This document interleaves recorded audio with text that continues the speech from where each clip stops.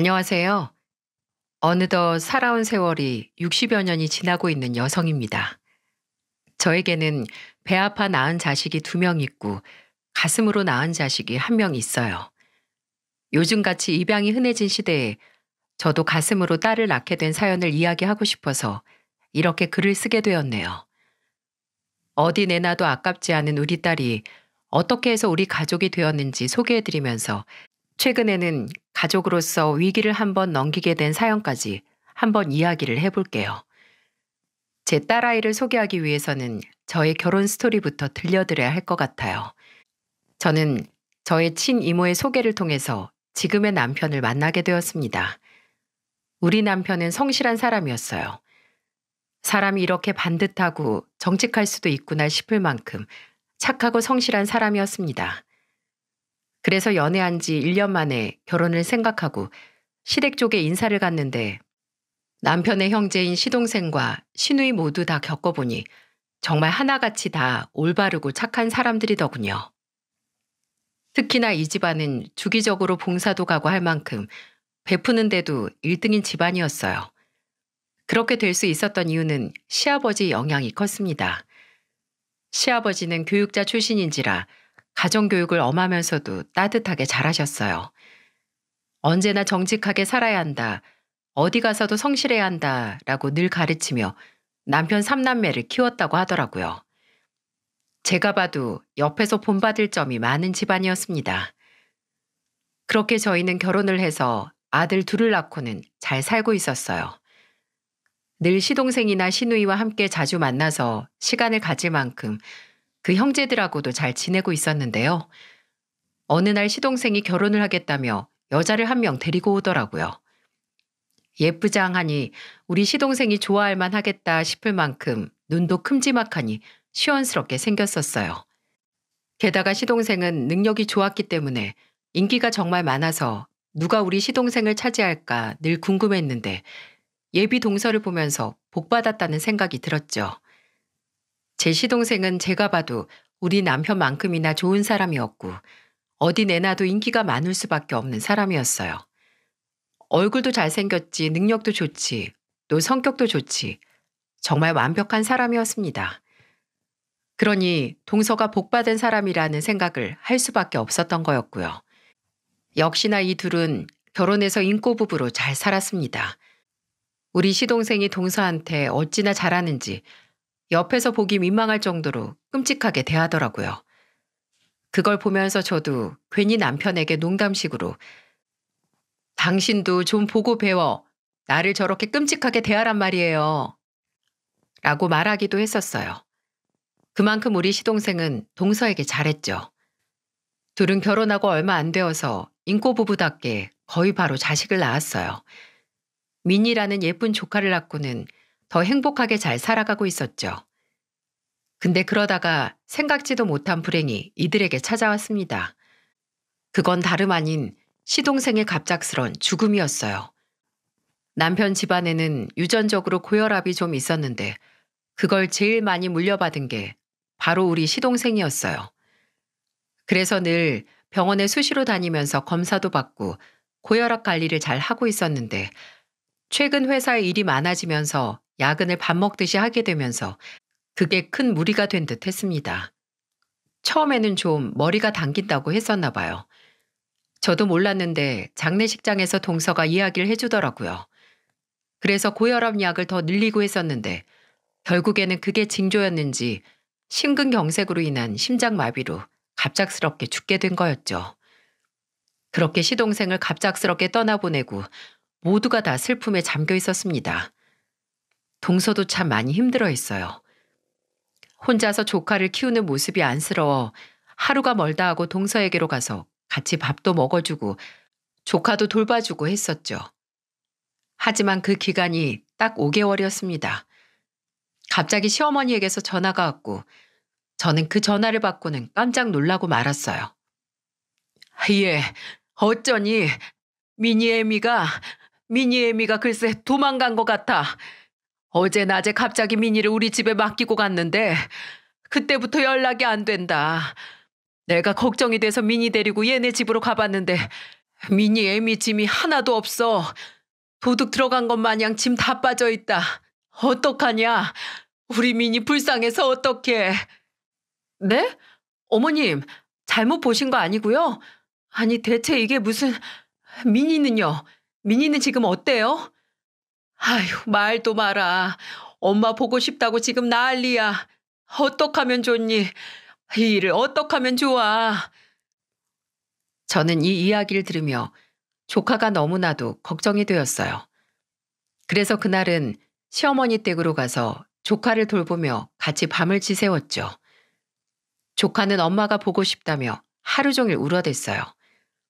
그 모습을 보면서 얼마나 마음이 아프던지 저와 시어머니 둘 다 그 모습을 보면서 같이 울 수밖에 없었습니다. 저는 그 다음 날 바로 동서의 행방을 찾기 위해 여기저기를 다녀봤어요. 시동생과 결혼하고 나서부터 서로 집도 가까워 자주 왕래를 했기 때문에 동서가 어디를 잘 다니는지 몇 군데 알고 있어 그쪽으로 돌아다니며 수소문을 했죠. 정말 웬만한 곳을 다 쏘다닌 결과 동서가 자주 가서 수다를 떨던 다방이 하나 있었는데 거기에서 동서와 친하게 지낸 다방 사장에게 동서의 이야기를 들을 수 있었어요. 동서는 시동생이 죽기 전부터 그 다방을 자주 다녔었는데 시동생이 죽고 난 이후로도 계속 다니다가 한 남자를 만나게 되었고 거기에서 그 남자와 눈이 맞게 된 거였어요. 동서와 그 남자는 재혼까지 생각하고 있었는데 그 남자가 동서에게 본인과 재혼하고 싶으면 애를 버리고 오라고 했었다며 그 이야기를 불과 며칠 전에 그 다방 사장에게 했었다고 하더라고요. 그 얘기를 들으니 모든 퍼즐이 다 맞춰지는 듯 했습니다. 동서는 그 남자와 결혼하고 싶어서 조카를 버리고 야반도주를 해버린 거였어요. 정말 한탄이 절로 나오는 상황이었습니다. 저는 이 모든 사실을 시어머니에게 다 알렸고 시어머니는 가슴을 치며 울기 시작했어요. 우리 손녀 불쌍해서 어떡하니? 불쌍해서 어떡해? 아휴. 한참을 울던 시어머니는 모든 상황을 다 받아들이기로 하고 어쩔 수 없이 본인이 미니를 키우기로 하셨어요. 그렇게 몇 개월 정도 시어머니는 미니와 함께 살았는데 그 뒤에 갑작스럽게 저를 부르시더라고요. 뭔가 비장하게 부르시기에 저는 무슨 일이라도 또 생겼나 싶어서 바로 달려갔었죠. 근데 시댁에 가자마자 들려온 이야기는 참 어려운 이야기였습니다. 희애야, 내가 너한테 할 말이 있다. 우리 아들, 우리 막내가 허망하게 세상 떠났잖니. 막내 그렇게 가고 났는데 우리 손녀 미니까지 이렇게 혼자 남겨진 거 보니까 자꾸만 얘가 눈에 밟혀. 아마 하늘에서 우리 막내가 지 딸 미니 이렇게 사는 거 보면 피눈물 흘릴 것 같아. 그래서 말인데 내가 정말 어렵게 생각하고 부탁하는 건데 너네가 미니 좀 맡아서 키워주면 안 되겠니? 저 어린 것이 벌써부터 부모 없이 커야 한다는 게 내가 정말 가슴이 미어져서 그런다. 물론 쉽지 않겠지만 정말 많이 어렵겠지만 너희가 좀 심사숙고해서 미니 좀 데려다가 친자식으로 삼고 좀 키워줬으면 좋겠다. 내 이렇게 어렵게 부탁하마. 저는 시어머니의 이야기를 듣자마자 심각하게 고민에 빠졌습니다. 솔직히 말해서 흔쾌히 그렇게 하겠다고 대답은 못 하겠더라고요.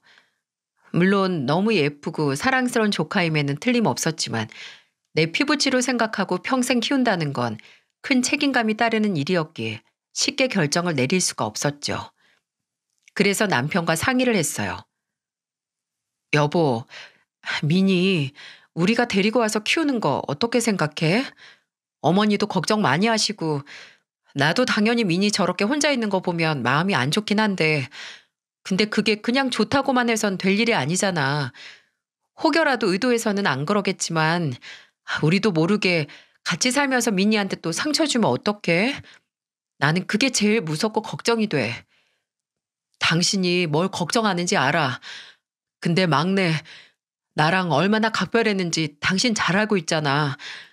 내가 솔직하게 말해서 그동안 당신한테 미니 우리가 데리고 와서 자식으로 삼고 키우자고 하고 싶었는데 나야 피 섞인 조카지만 당신한테는 아니잖아. 우리 아들 2명 키우는 것도 당신 힘들어하는데 차마 내가 직접 당신한테 짐 지우는 일은 못하겠더라고. 그러니까 나는 전적으로 당신 선택을 우선으로 생각하고 존중할 거니까 당신이 편한 대로 해. 그리고 이렇게 고민이라도 해줘서 난 그것만으로도 고맙게 생각해. 남편은 애초에 저한테 조카를 데리고 와서 키우자고 하고 싶었지만 저를 배려하고 눈치를 보느라 말을 못했던 거였어요. 그렇게 남편의 속마음까지 알고 나니 더 마음이 복잡해지더라고요. 그래서 더 심사숙고해서 상황들을 결정해 나가기 위해 처음에는 우선 1달 정도만 같이 살면서 저희가 키워보기로 했어요. 미니야, 할머니가 지금 바쁘셔서 미니 밥도 차려주시고 목욕도 시켜주시고 하는 걸 못하시게 됐어. 그래서 당분간은 큰엄마 집에서 같이 잠도 자고 밥도 먹고 목욕도 하고 그럴까? 네, 좋아요. 큰엄마 집에서 오빠들이랑 같이 놀래요. 그래, 그래. 오빠들이랑도 같이 놀고 이 큰엄마랑도 놀자. 큰엄마랑 큰아빠가 우리 미니 하고 싶은 거 다 하게 해줄게. 저희는 혹여나 앞으로 같이 살자고 했다가 그러지 못하게 되면 조카가 또 상처를 받게 될까 싶어서 당분간만 같이 살자고 이야기를 하며 딱 1달을 같이 지내게 되었어요. 근데 같이 지내면서 저는 점점 더 제 조카가 마음에 들어오게 되었고 안쓰러움과 애틋함이 공존하며 제 마음을 마구 휘저어댔습니다. 왜냐하면 같이 산지 며칠도 안 돼서 알게 된 사실이 있었는데 제 조카는 이미 엄마 아빠가 본인 곁에 없다는 걸 다 알고 있는 듯 했고 지금 같이 지내고 있는 저나 즉 큰아빠까지 없어져 버릴까 봐 불안해하고 눈치 보이는 것이 고스란히 느껴졌기 때문이었어요. 그래서 제가 오빠들이랑 놀게 두고 잠시 장보러 나갔다 오면 그것도 불안해서 저를 따라가겠다고 하는 적이 1~2번이 아니었죠. 그 모습을 보니 참 가슴이 아프더라고요. 이 어린 것이 벌써부터 외로움을 느끼고 부모의 부재로 인한 불안함을 느낀다는 것이 정말 미어지게 가슴이 아팠습니다. 그렇기 때문에 이 아이가 더 마음에 들어올 수밖에 없었어요. 하지만 그 불안함 속에서도 원래부터 저랑 큰아빠를 좋아했지만 같이 살면서는 우리가 더 좋아졌는지 하루 종일 쫑알쫑알거리며 따라다니는 모습이 너무나 사랑스러웠어요. 그래서 우리 남편은 본인의 친아들들보다 더 조카를 물고 빨며 곁에 두고 지냈어요. 물론 그런 모습을 보며 우리 아들 2명도 미니를 잘 챙겼고요. 그 모습을 보자니 저는 마음에 점점 확신이 서게 되었고 눈에 넣어도 안 아플 딸이 우리 미니가 되겠구나라는 생각이 들어서 큰 결심을 하게 되었습니다. 저는 마음에 굳은 결심을 하고 곧장 시어머니께로 갔어요. 어머니, 제가 우리 미니 입양해서 키울게요. 남편이랑 같이 해서 정말 잘 키워볼게요.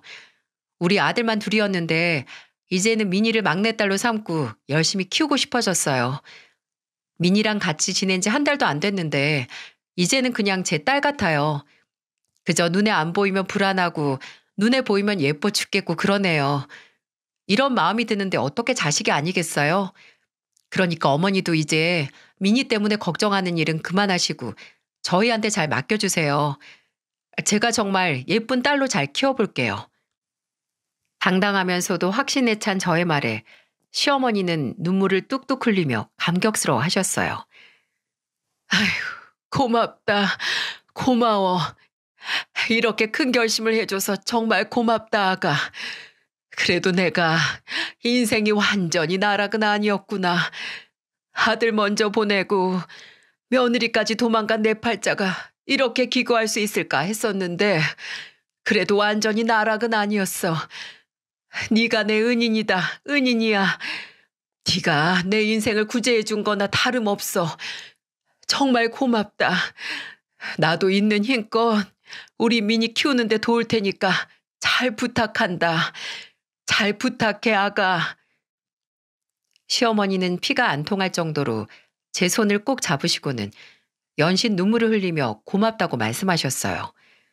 그때 저도 울컥해서 시어머니와 같이 한참을 울었던 기억이 나네요. 그 뒤로는 남편에게도 이야기를 했더니 남편 역시 저에게 고맙다며 꼭 끌어안아 주면서 같이 잘 키워보자고 이야기를 해주었습니다. 그래서 내 선택이 잘못된 선택이 아니었구나라는 생각에 정말 제 조카를 친딸로 삼고 잘 키워보자 싶었어요. 그렇게 조카를 입양하고 우리 집 호적에 올리며 본격적인 가족으로서의 생활이 시작되었습니다. 처음 우리 조카한테 앞으로 우리랑 같이 살게 될 거라고 말할 때가 저는 평생 잊혀지지 않을 것 같은데요. 아들들까지 전부 다 앉혀놓고 조카에게 앞으로 우리 가족으로 같이 살자고 이야기할 때 저희 조카의 반응이 여전히 눈에 선합니다. 미니야, 이제부터는 큰엄마를 엄마라고 부르고 큰아빠를 그냥 아빠라고 부르면 돼. 앞으로는 큰엄마랑 큰아빠가 우리 미니 진짜 엄마 아빠가 되어줄 거야. 오빠들도 지금부터는 친척 오빠들이 아니고 진짜 미니 친오빠들인 거야. 알았지? 그리고 평생 우리랑 같이 살자. 이 엄마가 우리 미니 엄마로 우리 미니 어디 가서도 외롭지 않게 곁에 꼭 붙어 있어 줄게. 아빠도 마찬가지야. 그러니까 이제부터는 엄마랑 아빠가 어디 갈까 무서워하지 마. 불안해하지도 말고. 정말이에요? 정말로 큰엄마가 내 엄마예요? 나 안 버릴 거예요? 우리 엄마처럼 나 할머니 집에 있을 때 멀리 가버리는 것처럼 안 할 거예요? 좋아요.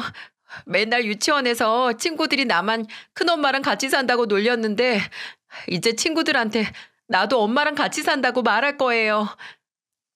제 조카이자 딸인 미니는 우리의 가족이 되었다는 이야기를 듣자마자 저한테 와서 와락 안기며 울면서 이야기를 했어요. 그동안은 유치원에서 큰엄마랑 산다고 놀림받았었는지 몰랐는데 우리도 없는 곳에서 그 놀림을 받고 아무 말도 못했던 조카의 심정이 어땠을까 짐작도 가지 않아 마음이 미어지더라고요. 이 작은 애가 얼마나 속을 끓였을까 생각을 하면 지금도 눈물이 납니다. 그래서 저는 더 우리 딸을 사랑 듬뿍 주며 잘 키워주리라 다짐했어요. 그렇게 해서 우리의 눈물의 가족 신고식을 마치며 그때부터는 정말 원래 가족이었던 것처럼 하루하루를 소중하게 또 행복하게 살았습니다. 근데 같이 살면서 불쑥불쑥 미니가 친부모의 부재로 느낀 상처들이 행동으로 나올 때가 있었는데요. 미니는 생각보다 부모를 잃은 상실감이 많이 큰 듯했어요. 한 번은 미니가 7살 때 일이었습니다. 그때는 우리와 같이 살면서 꽤나 안정감을 찾은 줄 알았는데 갑자기 애가 이런 말을 하더라고요. 엄마, 어느 날 갑자기 엄마도 날 버릴 거예요? 뭐라고? 아니 미니야, 그게 무슨 말이야. 엄마가 너를 왜 버려? 내 원래 엄마는 나 버렸잖아요. 할머니 집에 있으면 나 데리러 온다고 했는데 안 왔어요. 엄마도 그럴 거예요? 아니, 엄마는 절대 안 그래.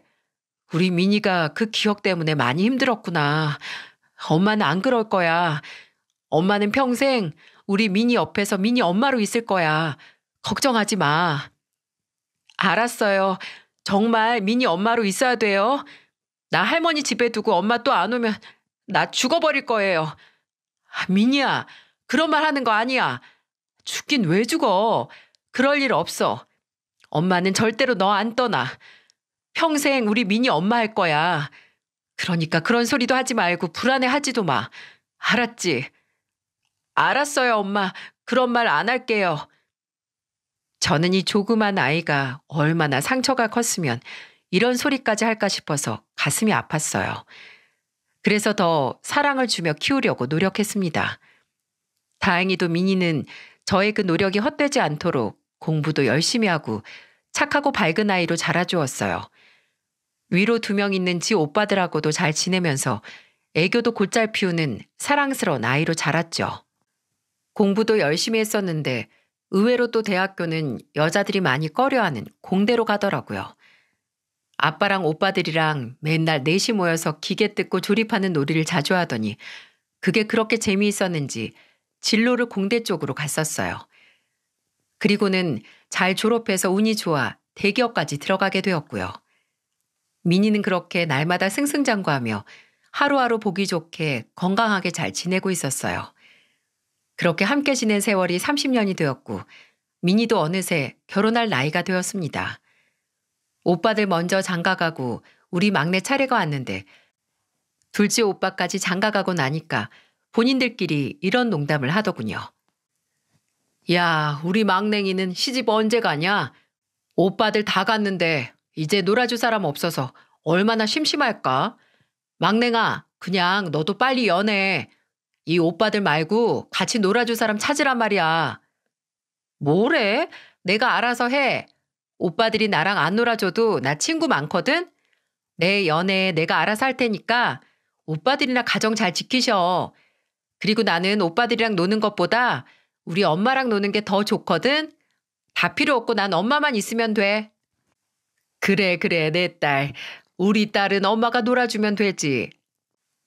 아, 뭐야. 그럼 나는 딸내미, 이 아빠는 어디다 두고 엄마랑만 논대? 나랑도 놀아줘야지. 아이, 참. 알았어, 알았어. 엄마랑 놀 때 아빠도 끼워줄게. 이렇게 우리는 농담도 자주 할 정도로 서로가 서로를 아끼며 행복하게 살았어요. 민희는 저에게 있어 정말로 친구 같은 딸이었습니다. 그런 딸이 얼마 지나지 않아서 결혼하고 싶은 사람이 있다며 데리고 왔더라고요. 같은 직장 사람이었는데 보기만 해도 인상이 선하고 반듯해 보여서 마음이 들었어요.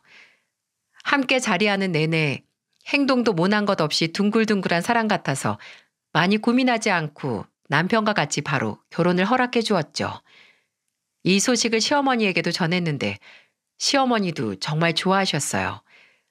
평소에 민희가 할머니한테도 자주 찾아가서 말동무가 되어주었기에 민희 행복을 누구보다도 바라는 사람이 바로 시어머니였죠. 시아버지가 병으로 돌아가시고 나서 한창 적적해 하실 때 민희는 저보다도 더 많이 시댁을 찾아가서 지 할머니의 친구가 되어주었어요. 그럼 시어머니는 늘 민희를 칭찬하면서도 저에게도 꼭 이렇게 말씀을 하셨죠. 착한 며느리, 우리 예쁜 며느리, 네 덕에 내가 우리 민희한테 이런 효도 받으면서 산다. 고마워 우리 며느리. 아휴 우리 예쁜 며느리.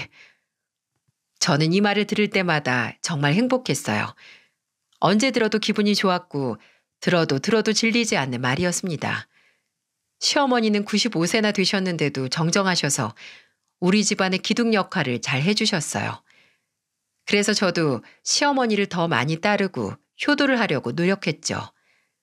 그렇게 모두가 다 평온하고 행복하게 잘 지내고 있으면서 딸의 결혼식 준비에 한창 바쁘게 지내고 있던 때였어요.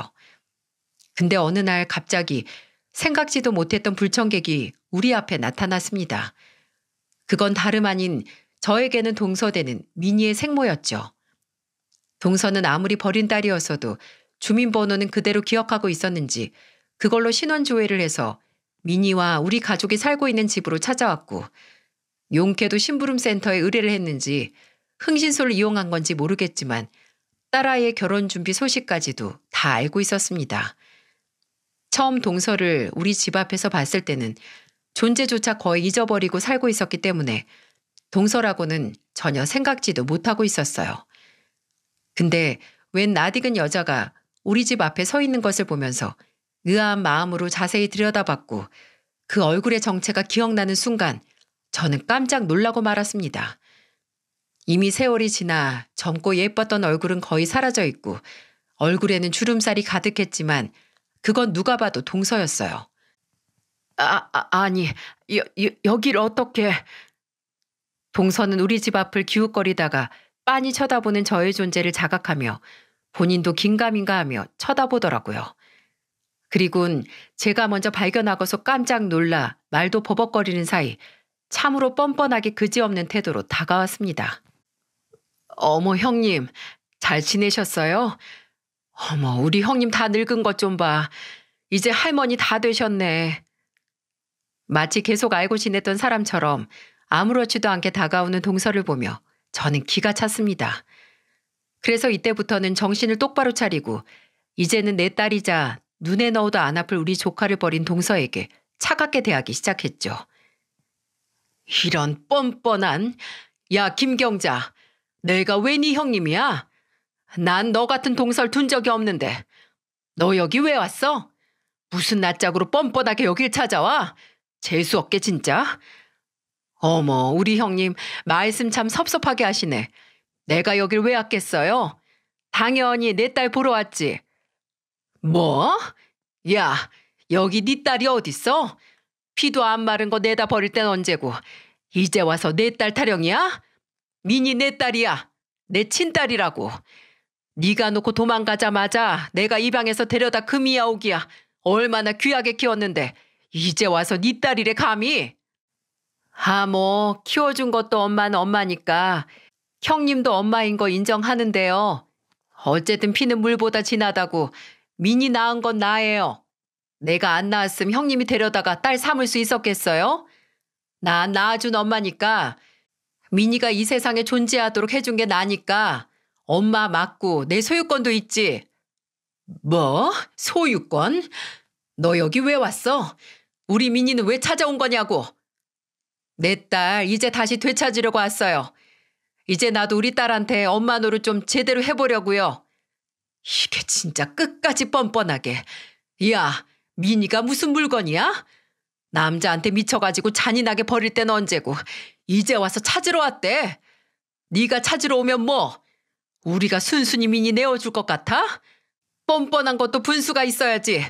좋은 말로 할 때 꺼져. 뻔뻔하게 짝이 없는 건 형님이네요. 그깟 꼴랑 입양해서 엄마 노릇 좀 해준 것 가지고 진짜 엄마라도 된 것 마냥 뭐하는 짓이에요? 우리 민이 어딨어요? 당장 민이 나오라고 해요. 이게 진짜 끝까지? 너 여기서 딱 기다려. 저는 끝내 민이를 찾으며 집 앞에서 떠나지 않으려고 하는 동서에게 기다리라고 하고는 냉큼 집으로 들어가서 소금 한 바가지를 크게 퍼다가 머리에서부터 확 뿌려버렸어요. 아우, 이게 뭐야? 이게 무슨 짓이에요? 아, 진짜 옷 다 버렸네. 아우, 찝찝해. 이봐요. 나 다시 올 거니까 딱 기다리고 있어요. 그 당시 동서는 제가 뿌린 소금을 맞고는 한바탕 승질을 내며 다시 오겠다고 이야기하고 그대로 갔었어요. 근데 정말로 얼마 지나지 않아서 또 찾아왔고 그때도 어김없이 저와 실랑이를 벌였어요. 저는 이 인간이 민희에게까지 찾아갈까 봐 제 선에서 끝내기 위해 몇 번 상대를 해줬었는데 이게 끝까지 어이없는 이야기를 해오더라고요. 민희 결혼식 얼마 안 남았죠? 민희 이번에 결혼하면 혼주석에는 제가 앉을 거예요. 그렇게 알고 계세요. 혼주석에 앉고 나도 이제 엄마 노릇하면서 하나 있는 자식한테 부모 대접 받으면서 살 거예요. 뭐? 야, 이 뻔뻔한 거사. 네가 민희한테 해준 게 뭐가 있는데? 네가 살면서 민희한테 전화 한 번 하기를 했어. 아니면 양육비를 한 번 보내줘 봤어? 아무것도 안 하고 그 어린 것을 딸랑 시어머니 집에다가 버리고 간 주제. 갑자기 이렇게 찾아와서 부모 대접 받으며 살아가야겠다고? 너 그동안 민희가 얼마나 힘들어했는 줄 알아? 그건 생각해 봤어? 그 어린 것이 말도 제대로 못하는 5살짜리 애가 혹여나 내가 어디 갈까 나 붙잡고는 놓지도 못하던 애야. 그 조그만한 게 또 어디 가서 버림받을까. 나나지 큰아빠가 도망가 버릴까 무서워서 잘 때도 따라와서 우리 사이에 숨지가 자던 애라고. 애한테 그렇게 모진 상처 다 떠넘길 땐 언제고 이제 와서 뻔뻔하게 짝이 없게 부모 대접을 받아야겠다고? 참나 진짜 어이가 없어서. 너 벌써 노망 났냐? 그런 거야? 아니면 어디 아파서 정신이라도 나간 거야 뭐야? 내가 너 혼주석에 앉는 걸 순순히 볼 것 같아? 참네. 아주 대단한 모적 나셨네요. 눈물겹다 눈물겨워. 누가 보면 지 배 아파서 난 줄 알겠네. 그럼 이렇게 해요. 내가 혼주석에 앉아있는 걸 못 보겠으면 내가 제안하는 것만 들어줘요. 그럼 나 깨끗하게 포기하고 물러날 테니까. 뭐? 제안? 니까짓 게 제안할 게 뭐가 있는데. 딱 현금으로 1억만 내놔요. 그럼 혼주석에 앉는다느니 민희한테서 부모 대접 받는다느니 그런 말 더 이상은 안 할 테니까. 뭐야? 1억? 야, 1억이 네 집 개 이름이야? 그리고 우리가 너한테 1억을 왜 줘야 되는데? 오히려 네가 우리한테 줘야 할 판인데 뭐? 되려 돈을 내놓으라고 해? 야, 이 인간 같지도 않은 짐승 같은 거사. 너한테 줄 돈 따위 없으니까 그냥 꺼져버려. 우리 앞에 다시 나타나지 말란 말이야. 아, 내가 돈이 좀 필요해서 그래요. 나 그 재혼한 인간이랑 이혼했는데 아주 빈털털이 됐다고요. 나도 먹고는 살아야 할 것 아니에요. 그러니까 민희를 진짜로 친딸로 생각한다면 1억만 내놔요. 그럼 여긴 얼씬도 안 할 테니까. 웃기고 자빠졌네. 너같이 뻔뻔한 인간 말을 어떻게 믿니? 됐고 그냥 꺼지라고. 네 팔자 네가 그렇게 만든 거야. 민희 그렇게 버리고 간 거 천벌 받은 거라고. 이렇게 나온다 이거죠? 그럼 나도 포기 못하지. 1억 주기 전까지는 계속 나타날 거고 끝까지 내 요구 안 들어주면 이젠 나도 더 안 참고 민희 앞으로 찾아갈 거예요. 내가 이 집도 알아내고 민희 결혼 소식까지 다 알아냈는데 설마 민희 다닌 회사 하나 못 찾아갈까? 그러니까 당장 1억 내놔요. 저는 민희까지 들먹이며 협박을 하는 동서를 보며 정말 골머리가 터지는 줄 알았습니다. 민희 앞에 나타나겠다는 저 뻔뻔한 말을 정말로 실행할까봐 순간 겁이 나기도 했어요. 하지만 어떻게든 민희 앞에 나타나는 것만은 막기 위해서 필사적으로 싸울 요량으로 또 한 번 소리치려고 했죠. 근데 그 순간 어딘가에서 익숙한 목소리가 들렸고 저는 그 목소리를 듣고는 화들짝 놀랄 수밖에 없었어요. 엄마? 순간 누군가가 엄마라고 불렀고 그건 30년 동안 익숙하게 들어온 제 딸의 목소리였어요. 저는 엄마라는 소리가 들리자마자 곧바로 대답을 했어요. 근데 엄마라는 소리에 들려온 대답은 제 대답뿐이 아니었습니다. 또 하나의 목소리가 있었어요. 민희야, 우리 민희구나. 아이고, 우리 민희 이렇게 예쁘게 크다니. 엄마를 알아본 거야? 어떻게 나를 알아봤어? 그래, 내가 네 엄마야. 내가 네 엄마라고. 아휴, 이 예쁜 것 좀 봐. 그래, 옛날부터 너는 나 닮았다고 그렇게 주변에서 예쁘다고 난리를 피웠었는데 어떻게 크면서 더 나를 닮았니? 민희야, 엄마야. 그동안 엄마 많이 보고 싶었지. 엄마도 우리 민희 많이 보고 싶었어. 정말 가짠지도 않게 동서는 눈 하나 깜빡 안 하고 민희한테 가서 엄마 행세를 해댔어요. 저는 옆에서 지켜보며 순간 민희가 정말로 지 친엄마를 반가워하고 따라가겠다고 하면 어떡하나 두려움이 앞섰죠. 하지만 그건 완전한 제 기우에 불과했습니다. 네? 누구라고요? 제 엄마요? 그래, 네 엄마. 네가 엄마 불렀잖아. 뭐라는 거야? 그쪽 말고 그쪽 옆에 있는 우리 엄마 부른 건데요? 이 아줌마는 누군데 자꾸 엄마래? 나 댁 같은 엄마 둔 적 없거든요? 어이없어 진짜. 민희는 옆에서 보는 저조차도 싸늘하다고 느낄 만큼 동서를 차갑게 대했어요. 거기에서 저는 민희를 잃을 일은 없겠다며 안심을 할 수 있었죠. 그게 무슨 소리야? 내가 네 엄마야. 내가 널 낳아준 생모라고. 생모요? 그래, 내가 네 생모야. 이제 좀 알겠니? 내가 좀 다르게 보여? 민희야, 내가 네 생모야. 아, 생모. 근데요. 근데라니. 생모인데 뭐 어쩌라고요? 낳아줬다 뿐이지 그 뒤로 뭐 있어요? 나 버리고 떠난 주제에. 민희야, 너 왜 그래? 내가 네 생모라니까. 아줌마, 그래서 뭐 어쩌라고요? 생모인데 뭐요? 그쪽이 내 생모인데 뭐 어쩌라는 거예요? 그깟 생모가 뭐라고 자꾸 생모거려 짜증나게. 이봐요, 낳아주면 다예요? 그냥 낳고 끝나면 다냐고요? 내가 뒤에서 둘이 대화하는 거 좀 들어보니까 나 버리고 나서 아줌마도 그 아저씨한테 버림받고 빈털털이 되니까 비빌 언덕 찾아서 온 것 같은데 진짜 사람이 어떻게 그래요? 어떻게 그렇게 짐승 같을 수가 있냐고요? 민희는 그제서야 자신을 버린 엄마에 대해 미움과 증오, 분노의 마음이 올라왔는지 격한 감정으로 동서에게 소리를 쳐댔어요. 저는 거기에서 솔직히 저 뻔뻔한 인간이 더는 큰 소리 못 내고 물러가겠지 싶었습니다. 하지만 그건 완전히 착각이었어요. 동서는 물러나기는커녕 정말 가당치도 않은 궤변을 늘어놓기 시작했죠. 민희야, 아니야. 네가 잘못 알고 있는 거야. 엄마는 너 버린 적 없어. 정말이야. 오히려 내가 버림받은 거야. 네 아빠 죽고 나서 네 할머니가 나를 구박하기 시작했어. 나 때문에 네 아빠 죽은 거라면서 나를 때리고 구박하면서 당장 나가라고 했다고. 그래서 내가 쫓겨난 거야. 나한테 너도 절대로 못 내준다고 하면서 나 혼자 가방 싸들고 나가라고 그래서 내가 너를 놓고 갈 수밖에 없었던 거야. 저는 그 이야기를 들으며 혹여라도 민희가 저 궤변에 넘어갈까 싶어서 얼른 대응을 했어요. 야, 김경자. 너 진짜 악마의 탈을 쓴 인간이 많네. 언제 시어머니가 너를 구박해? 오히려 불쌍하다고 어떡하냐고 맨날 부둥켜 안고 우는 날이 얼마였는데. 진짜 이게 아주 끝까지 막 나가려고 작정했네. 작정했어. 민희야, 속지 마라. 이거 다 거짓말이야. 아니야, 민희야. 실은 이 사람도 다 한통속이야. 엄마 있잖아. 사실은 네 아빠랑 살면서 많이 맞았어. 네 아빠 허구한 날 술 마시고는 나한테 손찌검하고 나가서 돈 벌어오라고 구박하면서 내 인생 완전 망하게 만들었어. 그런 사람이었어, 네 아빠가.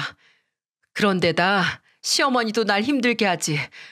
근데 그 인간 죽고 나서 겨우 좀 너랑 둘이 편하게 살아보나 했는데 그때부터 네 형님이란 인간이랑 시어머니가 한통속이 돼가지고 날 힘들게 했다고. 그래서 내가 어쩔 수 없이 쫓겨난 거였어. 이 아이 사기꾼아. 그만 못해? 언제 시어머니랑 내가 널 힘들게 했어. 이거 진짜 안 되겠네. 이젠 더 못 참겠다. 오늘 아주 너 죽고 나 살자. 저는 더는 이 궤변을 들을 수가 없어서 결국에는 동서의 머리채를 잡아버리고 말았어요. 동서는 갑자기 잡힌 머리에 비명을 지르기 시작했고 그로 인해 일어난 소란으로 주변 사람들이 다 모이기 시작했습니다. 결국에는 누군가가 우리를 신고했고 그날 경찰서까지 갈 수밖에 없었어요. 난생 처음으로 경찰서까지 가게 한 이 동서를 더 용서할 수가 없었습니다. 경찰 쪽에서는 주의 조치를 받고 민희와 함께 동서까지 셋이 나오는데 그때는 민희가 나서서 이야기를 하더군요. 아줌마, 진짜 지긋지긋하네요. 당신 때문에 이게 무슨 꼴이에요? 평생 우리 엄마 나쁜 짓 한 번 안 하고 사는 사람이었어요. 법 없이도 사는 사람이었다는 평 받았던 사람이 바로 우리 엄마였다고요. 근데 당신 때문에 경찰서까지 오고 이게 무슨 일이에요? 다신 우리 눈앞에 나타나지 마요. 나는 댁 같은 엄마 둔 적도 없고 두고 싶지도 않으니까 당장 우리 눈앞에서 꺼지고 얼씬거리지도 마요. 완고하면서도 단호한 민희의 말에 동서도 이제는 더 소용이 없겠다는 표정을 지었어요. 그래서 저는 그 뒤에 이어져 오는 말이 알겠다, 다시는 나타나지 않겠다 라고 할 줄 알았죠. 하지만 불굴의 의지를 지닌 동서는 절대 그럴 인간이 아니었습니다. 그래, 알았다. 내 다시는 네 앞에 나타나지 않으마. 대신 조건이 하나 있어. 너도 아까 들었다며? 나 지금 빈털털이 됐으니까 딱 1억만 줘. 그럼 더는 안 찾아올 테니까. 진짜 뭐 이딴 인간이 다 있어? 너도 생각이라는 걸 좀 해봐. 내가 너 안 낳았으면 네가 이렇게 여기서 버젓이 서 있을 수 있겠니? 그냥 네 존재 자체가 없어지는 거야. 그걸 내가 가능하게 해줬으면 너도 뭔가 대가를 지불해야 할 거 아니야? 막말로 너 내가 안 낳았으면 지금처럼 좋은 남자 만나서 결혼이나 할 수 있었을 것 같아? 그러니까 더도 말고 덜도 말고 딱 1억만 내놔. 그럼 먹고 깔끔하게 떨어져 줄게. 저한테 했던 요구를 그대로 지 딸에게 하는 인간을 보며 저는 몸서리가 쳐졌어요. 어쩜 저렇게 사람이 얼굴에 철판을 깔아도 저렇게 두껍게 깔았을까 싶더라고요. 근데 거기에서 저는 우리 민희의 대답에 더 놀라고 말았습니다. 1억이요? 진짜로 1억 주면 먹고 떨어질 거예요? 돈 먹고 떨어질 거냐고요? 그래, 먹고 떨어져 줄게. 다시는 네 앞에 안 나타날 거야. 내가 진짜 약속할게. 좋아요, 그럼. 기다려봐요. 바로 줄 테니까. 민희야, 아니 그게 무슨 소리야? 이 인간한테 1억을 왜 줘? 절대 안 돼. 아니, 엄마 기다려봐. 돈 주면 나가 떨어진다잖아.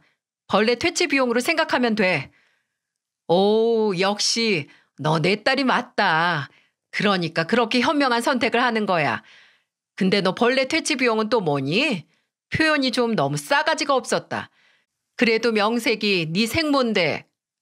참네. 내가 벌레한테 왜 싸가지가 있어 하는 건지 모르겠네. 민희는 생모에게 말대답을 하면서 동시에 진짜로 돈을 줄 작정이었는지 지갑을 뒤적거리기 시작했어요. 그러더니 벼랑간 지갑에서 10,000원짜리 지폐 한 장을 꺼내더니 생각지도 못한 행동으로 저와 동서를 놀라게 했습니다. 딸은 지갑에서 꺼낸 지폐 한 장을 그대로 동서의 얼굴로 집어 던져버렸어요. 아줌마, 이 착각도 별난 아줌마야. 이 돈 먹고 떨어져. 내가 미쳤다고 당신한테 1억을 주니? 내가 정신이 나갔어? 그 돈을 왜 줘? 오히려 당신한테 받아서 우리 엄마한테 다 내줘도 부족할 판에. 생모? 당신이 내 생모라고? 그 사실이 얼마나 끔찍한지는 알고 짓거리는 거야? 내가 당신한테 버림받고 그 어린 나이에 얼마나 무서웠는지 당신 짐작이나 해? 그건 생각이나 해봤냐고. 아직도 생생해. 그 어린 나이에 들었던 그 무서웠던 감정이 아직도 생생하다고. 할머니 손에 잡혀서 당신이랑 같이 살던 집으로 갔을 때 엄마라고 생각했던 사람의 짐은 다 빠져 있고 내 집이라고 생각했던 공간은 엉망으로 되어 있는데 그걸 본 할머니가 내 옆에서 대성통곡을 하면서 우는 모습을 보면서 나도 엄마 보고 싶다고 겉으로는 통곡을 했지만 속으로는 무슨 생각했는지 알아? 아, 나는 버림받은 거구나. 직감적으로 알겠더라. 누가 말 안 해줘도 알겠더라고. 그때 그 심정을 당신이 알기나 해? 그거 알면 절대로 이렇게 뻔뻔하게 못 찾아오지. 근데 그걸 다 감싸 안아주고 치유해준 게 큰엄마야. 큰엄마에서 엄마가 되었을 때 생모도 놓고 간 내 손을 큰엄마가 이젠 엄마로서 잡아주겠다고 나서서 잡아주는 거 보면서 그때 내 인생에 엄마는 큰엄마밖에 없다고 생각하면서 살았어. 그러니까 경고하는데 다신 우리 앞에 나타나지 마. 얼씬거리지도 마. 어디 내가 어떻게 나올지 궁금하면 다시 찾아와 봐. 그리고 그 돈, 그 10,000원 나 낳아준 값이야. 그래도 당신 말대로 당신이 나 안 낳았으면 지금 우리 엄마 못 만났을 테니까 그나마 그게 고마워서 던져준 거니까 그거 먹고 떨어져. 이 거지 같은 인간아. 제발 당신 말대로 그 돈 먹고 떨어지고 살면서 다시는 보지 맙시다. 딸은 무섭도록 냉정한 태도를 보여주었고 거기에 동서는 무서움도 느끼면서 수치심을 느꼈는지 그대로 줄행랑을 치며 도망갔어요.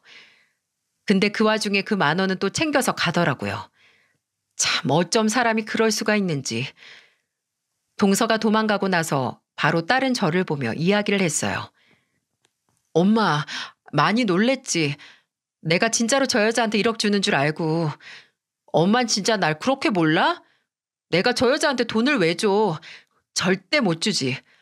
그리고 내 인생의 엄마는 엄마 딱 한 사람뿐이에요. 저 여자는 내 엄마가 아니라고.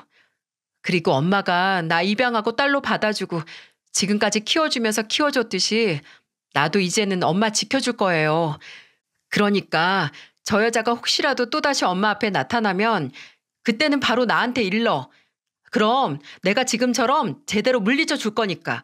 알았지? 내 딸, 아휴, 내 귀한 딸. 그래, 알았어. 엄마가 이제는 다 말할게.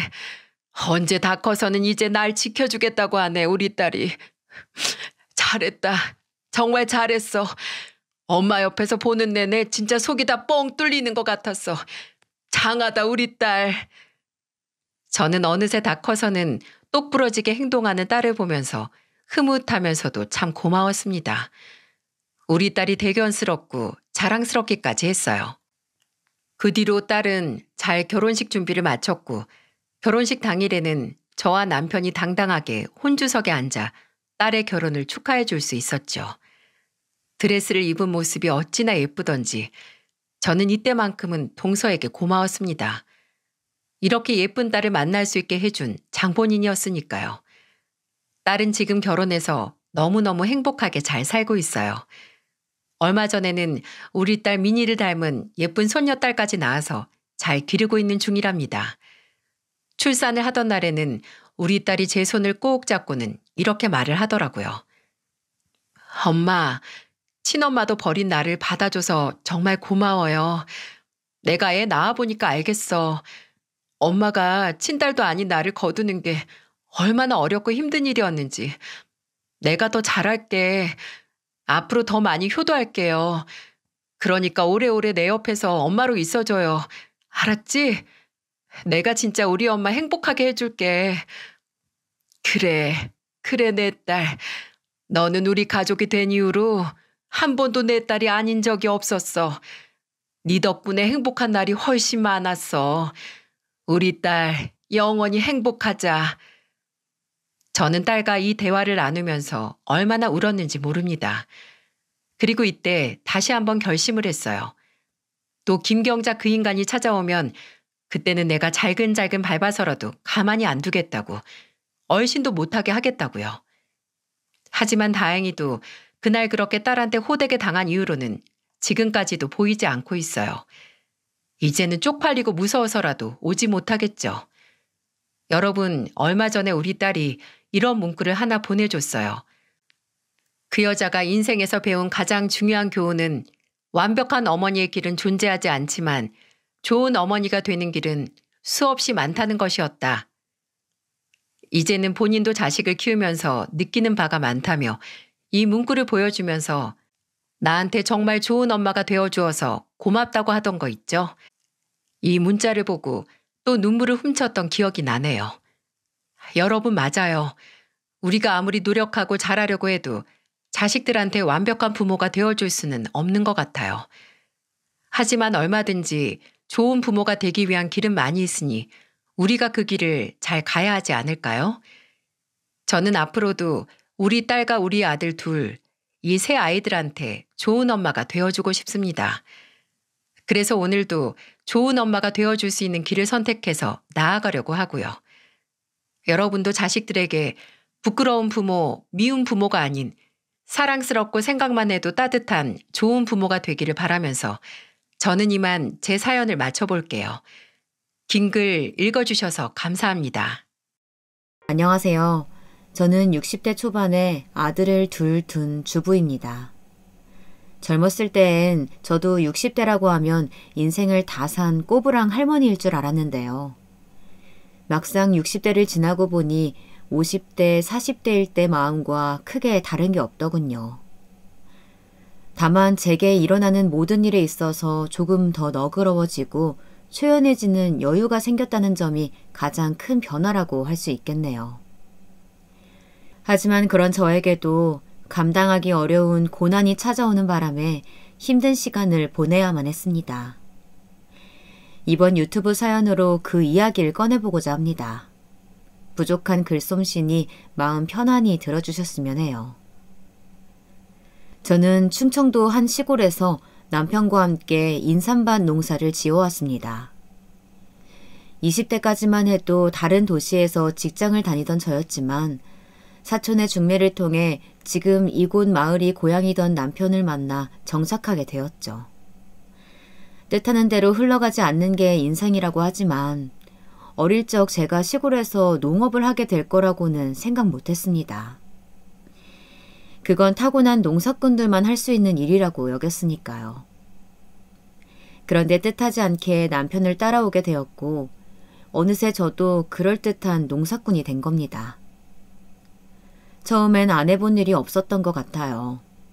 고추 농사나 가지 농사도 지어보고 복숭아를 키워서 과수원도 해보고요. 그 무엇 하나 쉬운 일이 없었습니다.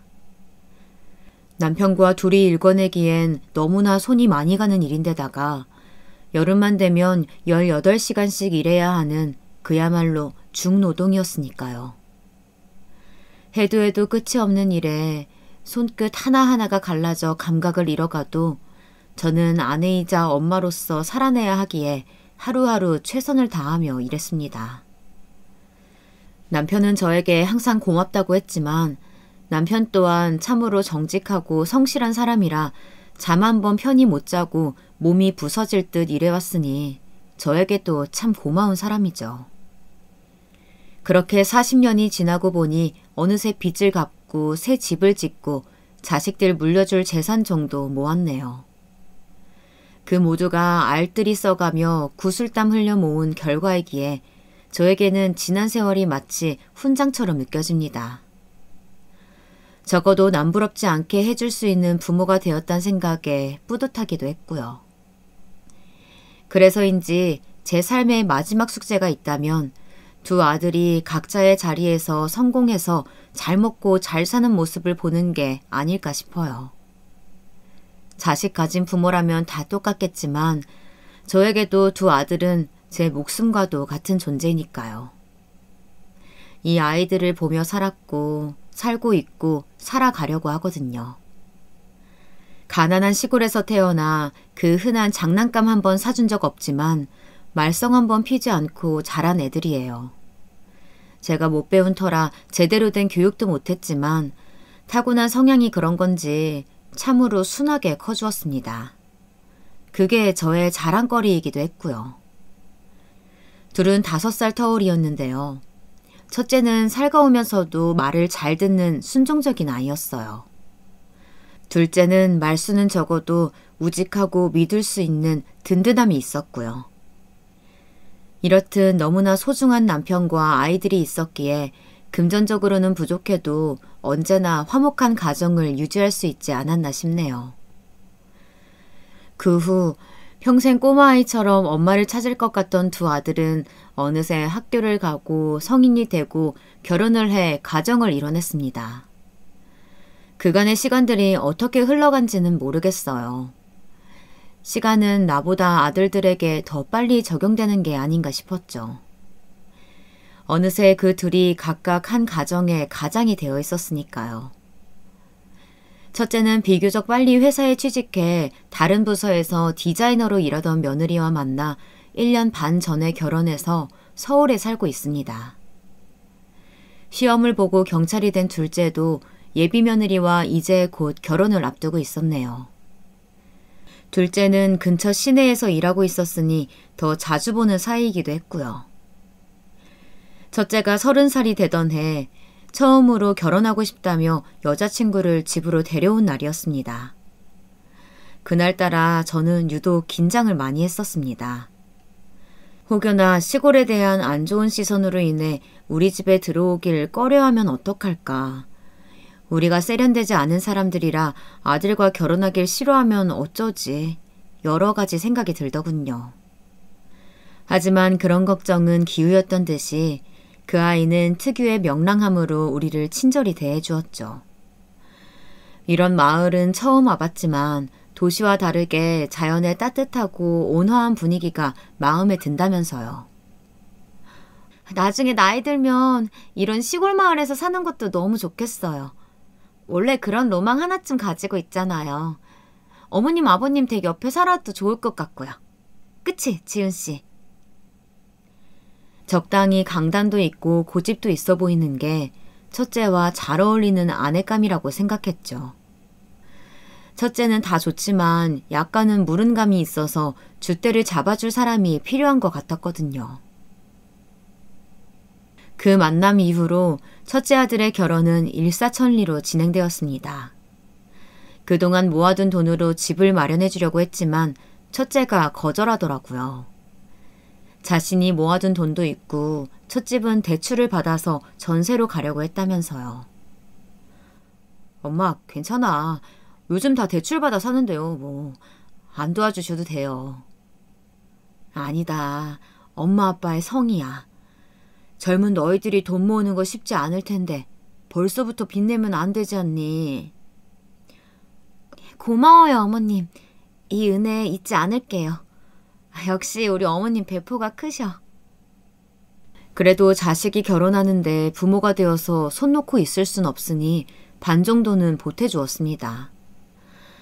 첫째는 너무나 미안해하면서도 고마워하며 꼭 갚겠다고 했지만 어차피 자식들에게 나누기 위해 모아온 돈이라 전혀 아깝지 않았습니다. 또 며느리의 살가운 모습에 기분도 좋더군요. 오히려 그때 전 제 계산보다 한참 적은 금액을 지원해준 터라 나이가 더 들고 나면 가게라도 차릴 목돈을 물려주기로 염두에 두었죠. 둘째는 사실 결혼을 안 할 줄 알았어요. 워낙 애가 숫기가 없어서 연애와는 담을 쌓았거든요. 그런데 중학교 동창을 다시 만나더니 이렇게 식을 올리게 된 거죠. 그 사람이 누구든 간에 둘째가 함께 할 반려자가 생겼다는 것만으로도 저는 정말 행복하더군요. 세상에 동창을 다시 만나고 있다고? 네. 너무 잘 되었구나. 세상에. 둘이 연애를 한다는 이야기만 들었을 때도 참 기뻤어요. 그저 너무 기분이 좋았습니다. 결혼이 삶의 종착역은 아니지만 그래도 내 자식들만은 일생을 외롭지 않도록 결혼하는 걸 봐야 마음이 편할 것 같았거든요. 어찌됐건 여기까지가 제가 걸어온 길고도 짧은 길입니다. 고단한 삶이었지만 순탄하다면 순탄한 일상이기도 했죠.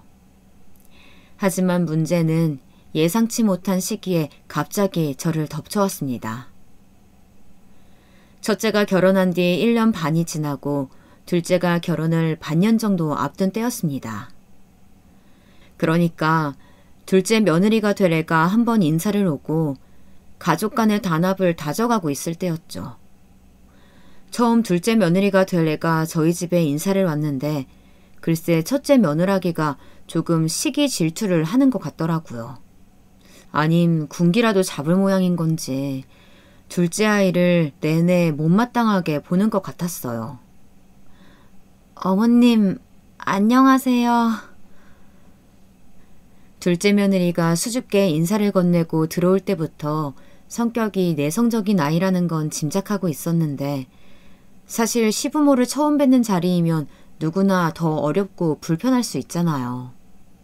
근데 첫째 아이가 어머, 우리 동서될 사람은 집안일 안 해봤나 봐. 과일을 못 깎어? 아니 근데 왜 이렇게 사람 말이 느려? 내가 아까 물은 질문을 지금 하네. 괜찮아, 뭐 그럴 수도 있지. 오히려 기다리는 재미가 있네.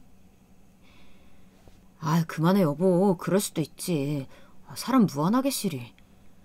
아니 그냥 나는 장난으로 하는 말이었지. 기분 나빠하지 마세요. 그래, 좋은 자리에 좋은 말만 오가야 하지 않겠니? 그래, 아가씨는 어디서 일을 한다고요? 장난이라고 하는 말 속엔 뭔가 그냥 지나칠 수 없는 의미심장한 의미가 담겨 있는 것 같았어요. 좋은 분위기가 첫째 며느라가로 인해 어그러지는 것 같자 급히 남편이 수습을 했지만 차마 이때의 찝찝함은 지울 수가 없겠더군요. 뒤에 저에게 일어났던 일을 생각하면 더더욱이요.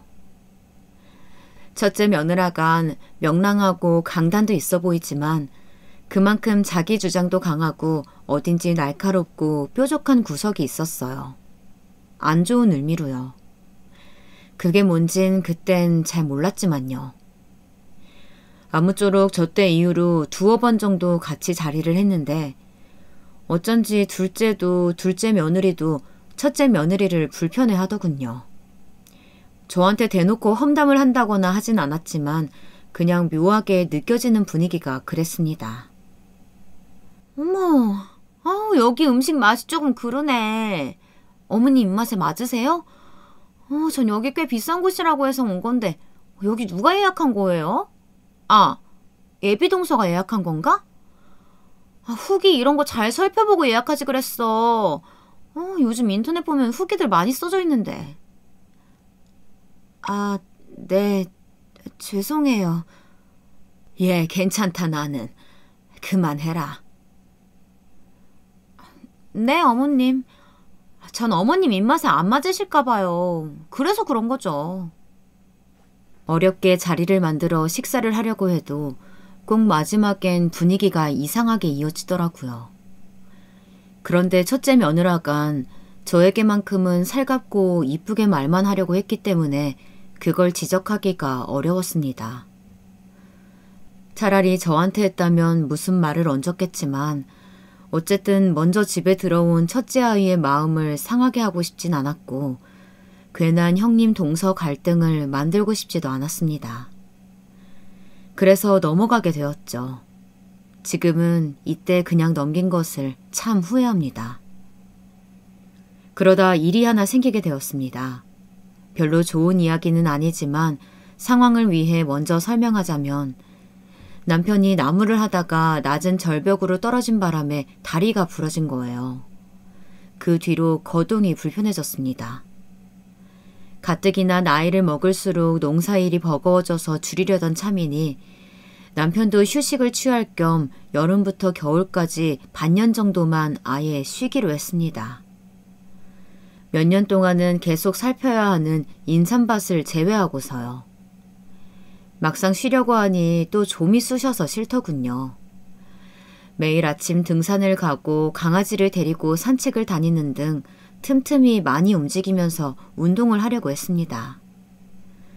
사람 몸은 너무나 잠깐 사이에도 굳어버리니 최대한 건강을 유지하려고 하면서요. 쉬면서 그동안 못 갔던 교회도 가고 책도 읽고 동네 이웃들과 어울려 지냈네요. 그런데 삶의 여유가 생기니 우리 엄마가 보고 싶더라고요. 엄마는 요양원에서 지내고 계셨습니다. 저희 집은 5남매였지만 엄마가 치매를 앓게 된 탓에 돌봐줄 만한 사람이 없었거든요. 저라도 나서서 모실까 했지만 전 일을 시작하면 왼종일 밖에 있어야 하고 그럴 바엔 차라리 형님들이 모여있는 서울에 계시는 게 좋지 않을까 싶었습니다. 돌아가면서 엄마를 찾아뵈면 될 테니까요. 다만 제가 살고 있는 곳이 요양원으로부터 너무 멀어서 자주 찾아뵙진 못했습니다. 그게 항상 마음의 짐으로 남아있었네요. 항상 1년에 한 번 겨울에만 찾아뵈었는데 이렇게 쉬게 된 참에 한 달에 한 번씩은 찾아뵙기로 한 거예요. 남편이 함께 갈 수 없으니 그때부터 혼자 기차를 타고 서울을 오가며 엄마를 만나고 왔습니다. 그리운 엄마는 자주 못 만나는 사이 많이 수척해져 있었고 이전보다 더 어린 아이가 되어 있었습니다. 엄마, 나왔어요. 그래. 왔니? 아이고. 제 얼굴도 잘 못 알아봤지만 다행히 입다금씩 정신이 들어 제 이름을 몇 번이나 부르곤 하셨네요. 희미한 목소리지만 그 한 글자 한 글자가 얼마나 감격스러웠던지. 저도 이젠 할머니가 되었지만 엄마 앞에선 여전히 사랑을 바라는 어린 딸이 되더라고요. 그렇지만 자식을 위해서 평생을 헌신하고 살아오신 분인데 이렇게 혼자서 침대에 누워있는 모습을 보니 죄송스러운 마음이 더 컸네요. 그렇게 한 달에 한 번씩 의례적으로 찾아뵌 지도 3달이 지났을 때쯤이었습니다. 남편은 최대한 움직임을 삼가야 했기에 집에만 머무르다 보니 자동적으로 제가 남은 일거리를 도맡게 되었죠.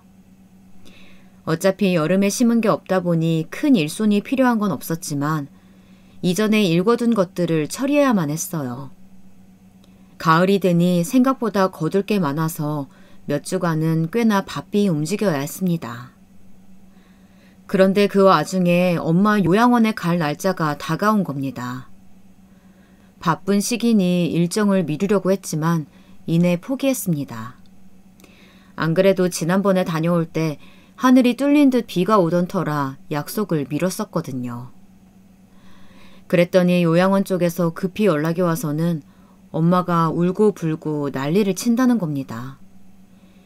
막내딸이 오늘 오기로 약속을 했는데 오지 않았다면서 찾아달라고 그런 거라고 하더라고요. 그 이야기를 듣는 순간 말문이 막히고 어찌나 죄송스럽던지. 전화를 끊고서 허겁지겁 둘째에게 데려다 달라고 부탁해 곧바로 서울로 향했습니다. 저에겐 수많은 일정 중 하나지만 그게 엄마에겐 얼마나 소중한 약속이었을지 생각을 못했던 거예요. 그날 요양원에 도착하자마자 엄마를 꼭 깨어나줬던 기억이 선명하네요.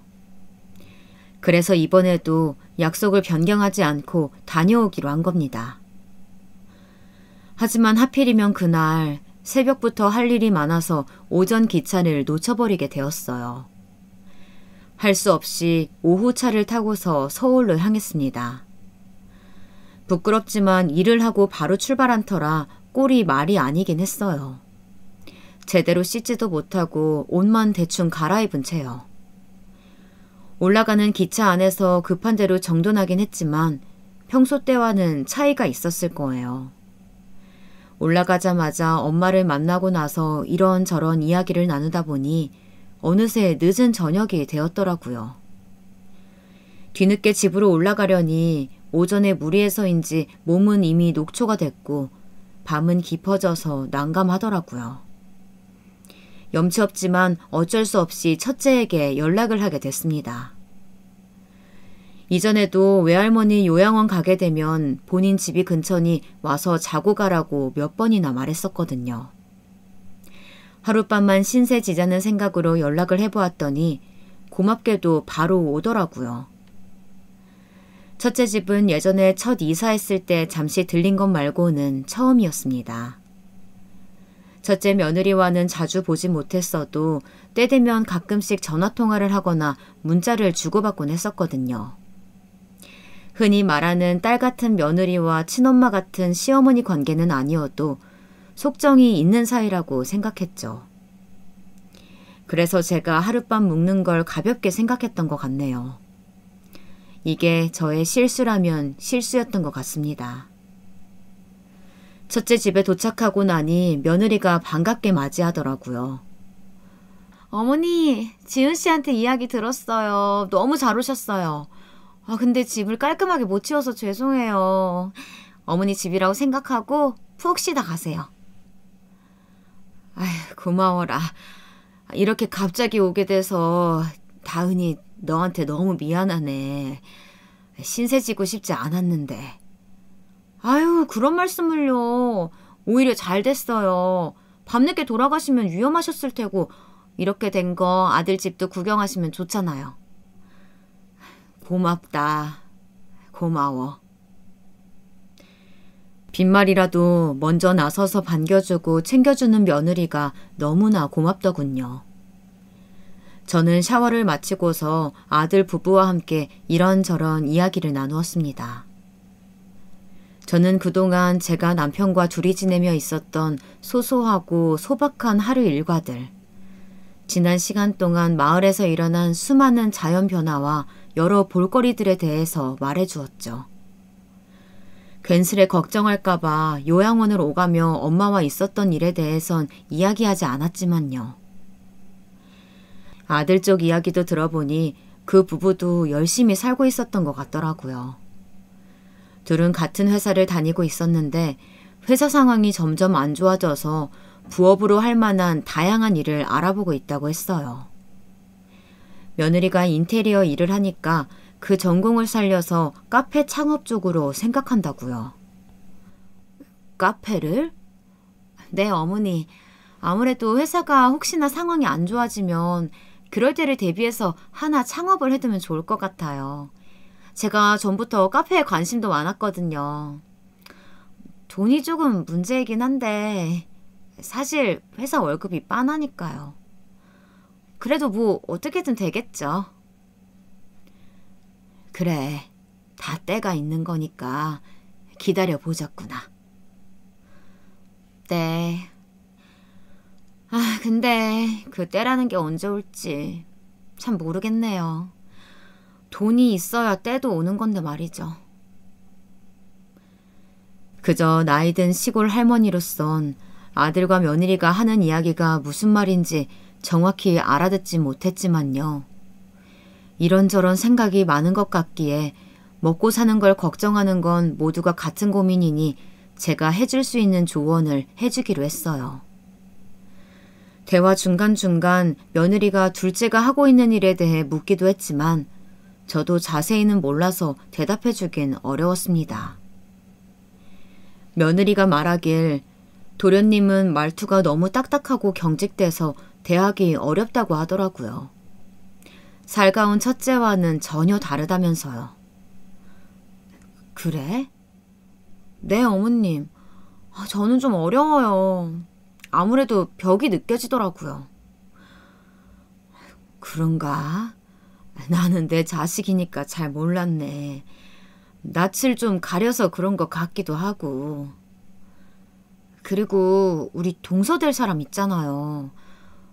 예비 동서도 조금 뭐랄까 사람이 눈치가 없달까? 그런 것 같더라고요. 응? 눈치가 없다고? 네. 아, 어머님은 모르시는구나. 글쎄요. 제가 그날 예비동서 온다고 하루 종일 일했잖아요. 근데 옆에서 거들 생각조차 안 하더라고요. 그 모습 보고 솔직히 좀 놀랐지 뭐예요. 어머님은 뒤에서 일어나는 일이라 모르셨을 거예요. 아무튼 전 그래서 그런지 그때 이후로 동서를 제가 잘 단단히 교육시켜야겠다고 생각해두고 있어요. 어머니는 신경 쓰실 거 없어요. 제가 다 알아서 할게요. 네. 그러면서 또 험담을 시작하는데 저는 그냥 모른 척 했습니다. 그게 집안의 화목을 위한 거라고 여기면서 말이죠. 그리고 그렇게 조금 지친 대화를 나누다가 고단한 몸을 이끌고 이만 잠에 들기로 했습니다. 아들 부부에겐 깜빡하고 말 못했지만 내일 일찍 내려갈 예정이었거든요.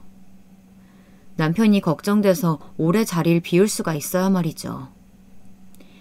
아들이 안내한 빈 방에 들어가 남편에게 안부 전화를 했어요. 그리고선 누웠는데 잠자리가 낯설어서 그런 건지 몸은 피곤하지만 막상 잠이 안 오더라고요. 그렇게 한참을 뒤척이다가 목이 타서 물이나 마실까 하고 거실로 나왔습니다.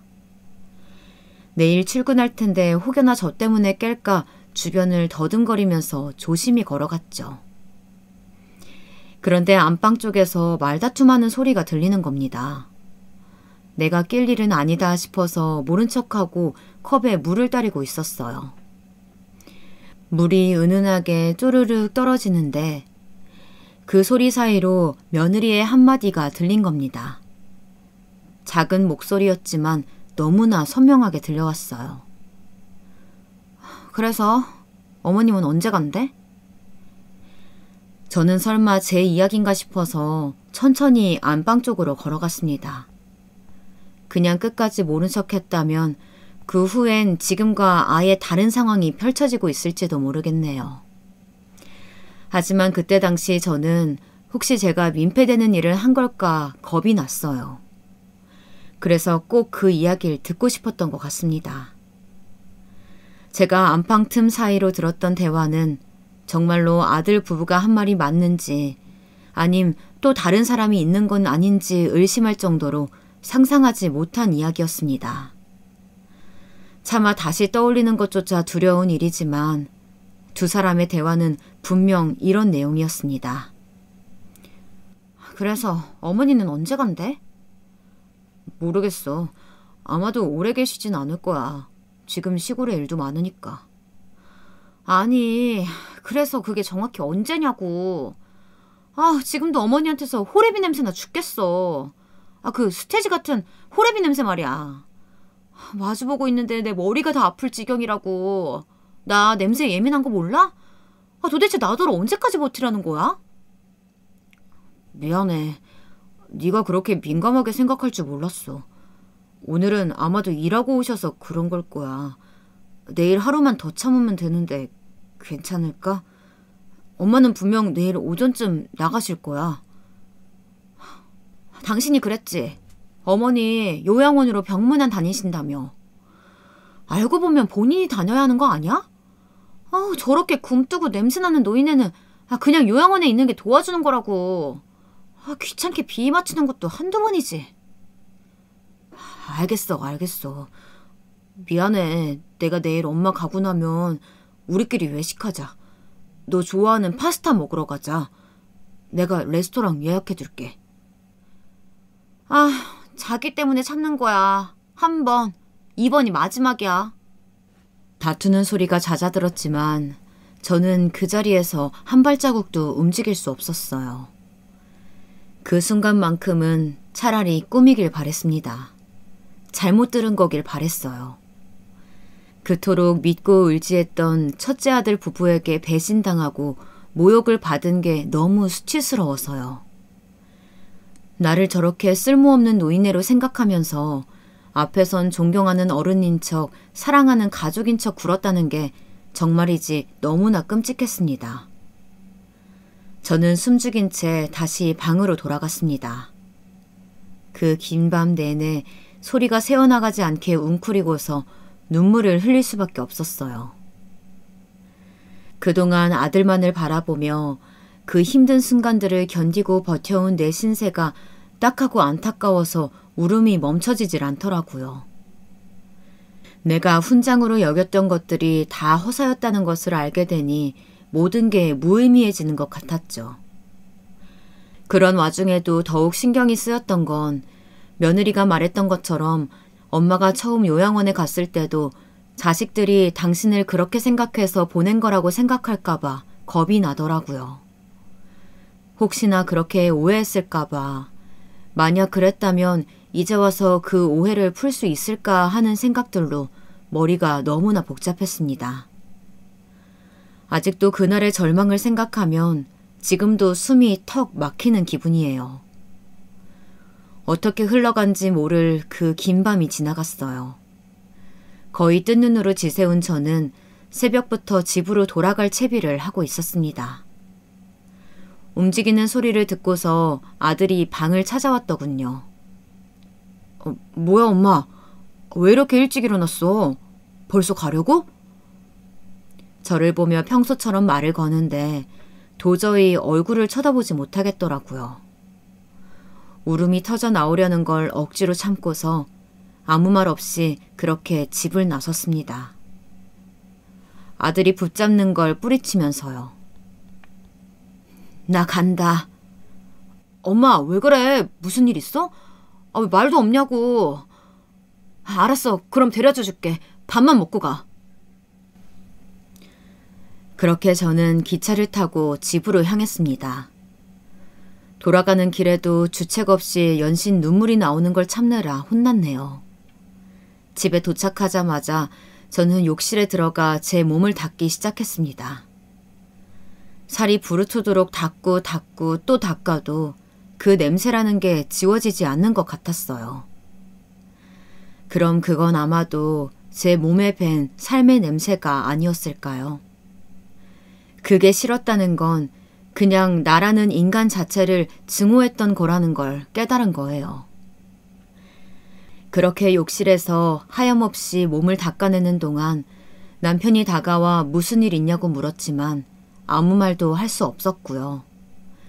그 뒤로 제 상태를 걱정한 남편이 이따금씩 첫째 아들과 통화하는 소리가 들렸지만 그래도 방 안에 틀어박힌 저는 여전히 자리에서 일어날 수가 없었습니다.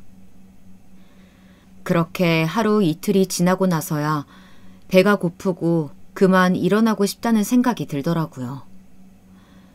남편의 도움으로 몸을 일으킨 저는 전과 같은 기력을 되찾기 위해 조금씩 움직이는 노력을 했어요.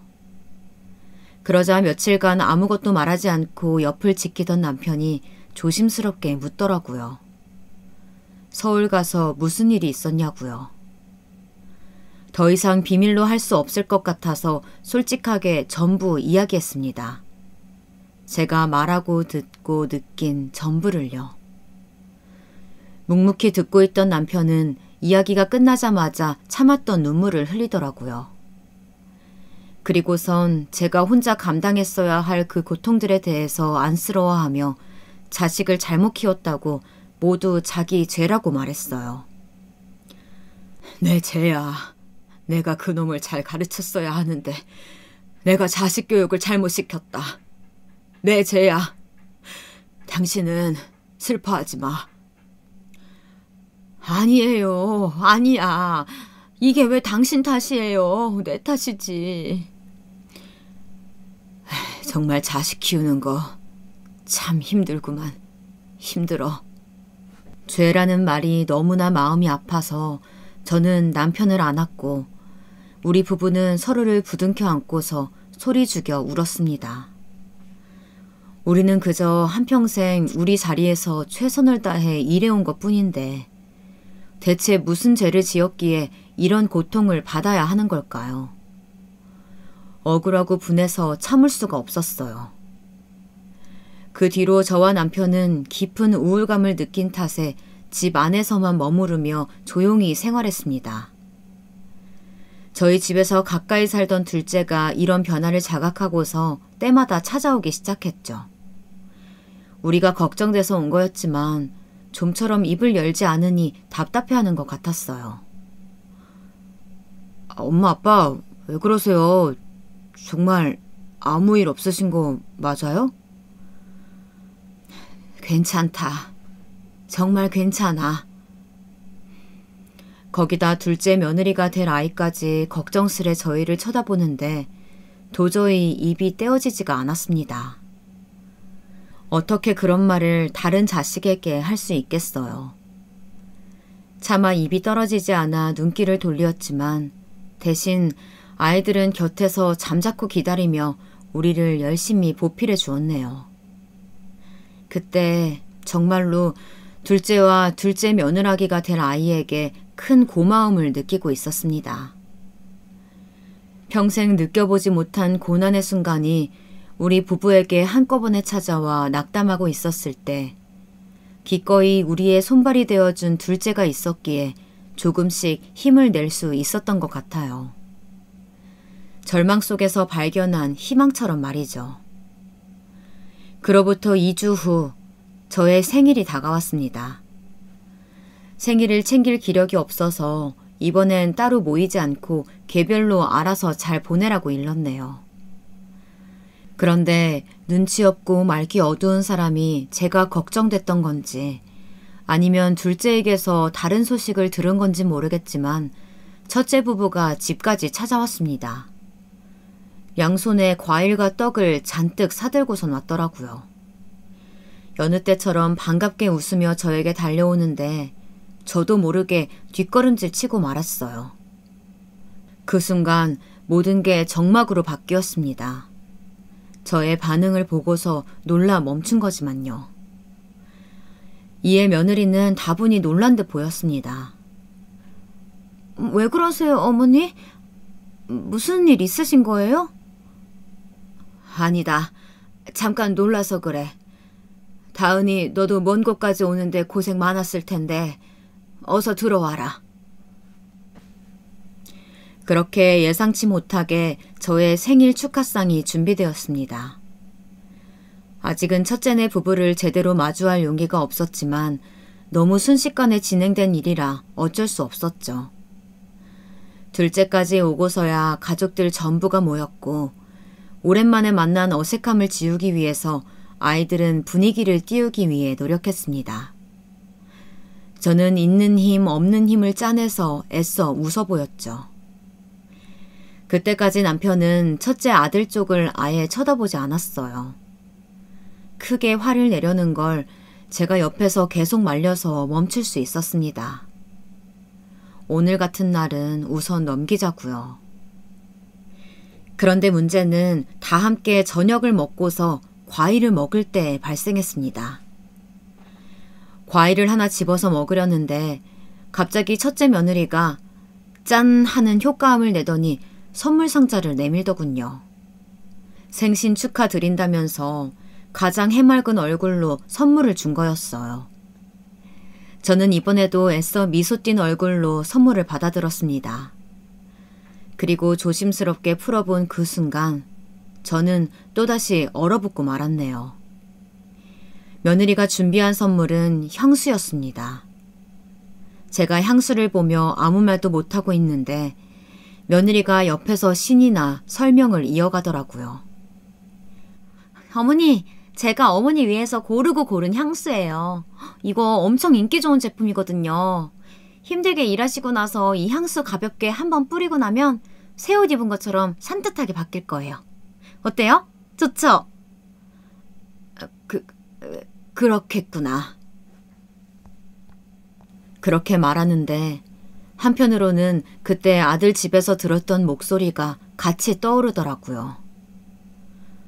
지금도 어머니한테 호레비 냄새나 죽겠어. 그 수태지 같은 호레비 냄새 말이야. 마주보고 있는데 머리가 다 아플 지경이라고. 나 냄새에 예민한 거 몰라? 저는 그 어지러운 목소리들을 더 이상 참지 못하고 향수가 담긴 상자를 바닥에 던져버렸습니다. 첫째와 둘째, 며느리와 남편은 그 자리에서 굳어서 얼어붙어 버렸죠. 그리고서 저는 여태껏 너무나 물어보고 싶었지만 다시는 아들 얼굴을 보지 못하게 될까봐 차마 묻지 못했던 것들을 며느리를 향해서 소리쳤어요. 제발 그만해라. 다은이, 너 내가 호레비 냄새 나서 향수 준 거니? 네 눈에 나는 구역질 나는 병균 덩어리니까 이렇게라도 악취 지우고 싶어서 선물해 주는 거야? 너무 고맙다. 네 마음이 잘 느껴져. 겉으로는 웃으면서 헤헤거리면서 네 까만 그 속내가 안 보이니까 모든 게 만만하지? 그러니까 시어머니인 나를 이렇게 기만하는 거 아니냐? 제 악에 바친 외침에 며느리는 놀라서 아무 대꾸도 하지 못하더라고요. 그 와중에 첫째 아들만 뛰어와서는 제 손을 부여잡고 말하길. 엄마, 왜 이래 갑자기? 그게 다 무슨 말이야? 엄마가 왜 병균 덩어리냐고. 그러니까 내가 왜 너한테 그런 존재가 돼야 돼? 지훈아, 너희를 위해 평생을 살았는데 엄마한테 돌아오는 게 고작 그런 취급이야? 네가 어떻게 나한테 그래? 엄마 다 들었어. 너희 집에 간 날 밤에 너랑 다은이가 이야기하는 거 다 들었다고.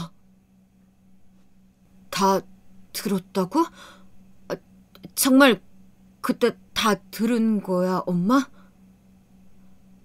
이런 생일상이 무슨 소용이고 생일 선물이 무슨 소용이니? 엄마 마음을 갈기갈기 찢어놓고선 태어난 나를 축하해주겠다고? 너희 때문에 처음으로 난 태어난 걸 후회하게 됐는데 이럴 거면 차라리 요양원에 맡기지 그래. 더러운 진짜 취급받느니 그게 훨씬 더 사람 사는 것 같겠네.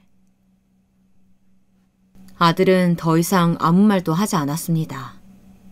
그래요. 자기가 사람이라면 어떤 대답도 할 수 없었겠죠. 제 울부짖음에 둘째는 어느 정도 상황 파악이 된 듯 아직도 제 손을 붙잡고 있던 첫째를 제게서 떨어뜨려 놨습니다. 남편은 아들과 며느리에게 크게 호통치며 꾸짖는 것 같았습니다. 그러자 며느리가 그제야 저에게 와서 말하더라고요. 죄송해요, 어머니. 들으라고 한 이야기는 아닌데 들으셨다니 우선 사과는 드릴게요.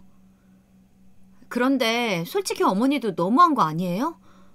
그날도 저희 상황 어려운 거 말했는데 끝까지 도와주겠다는 말씀 한 번 없으셨잖아요. 하다못해 가게 여는데 필요한 거 없냐고 묻지도 않고 열심히 하면 때가 온다니 일단 영양가 없는 말만 하셨잖아요. 저도 알아요. 지금 어머니 우리 경제적으로 도와주고도 남을 만큼 모아두신 거요. 그럼 대놓고 돈을 달라고 했으면 그게 더 나았을까요? 그럼 그거대로 싫으셨겠죠. 제가 그동안 시댁에 못한 게 뭐가 있는데요? 저 원래 그런 성격 아니에요. 살갑고 밝고 엉겨붙는 그런 성격 아니라고요. 그렇게 노력했는데 어머니는 우리 위해서 해주신 게 대체 뭐가 있냐고요. 이 광경을 바로 옆에서 지켜보던 첫째는 저와 며느리 사이에 서서 싸움을 말리지도 멈추지도 못한 채 안절부절 못하고 있었어요.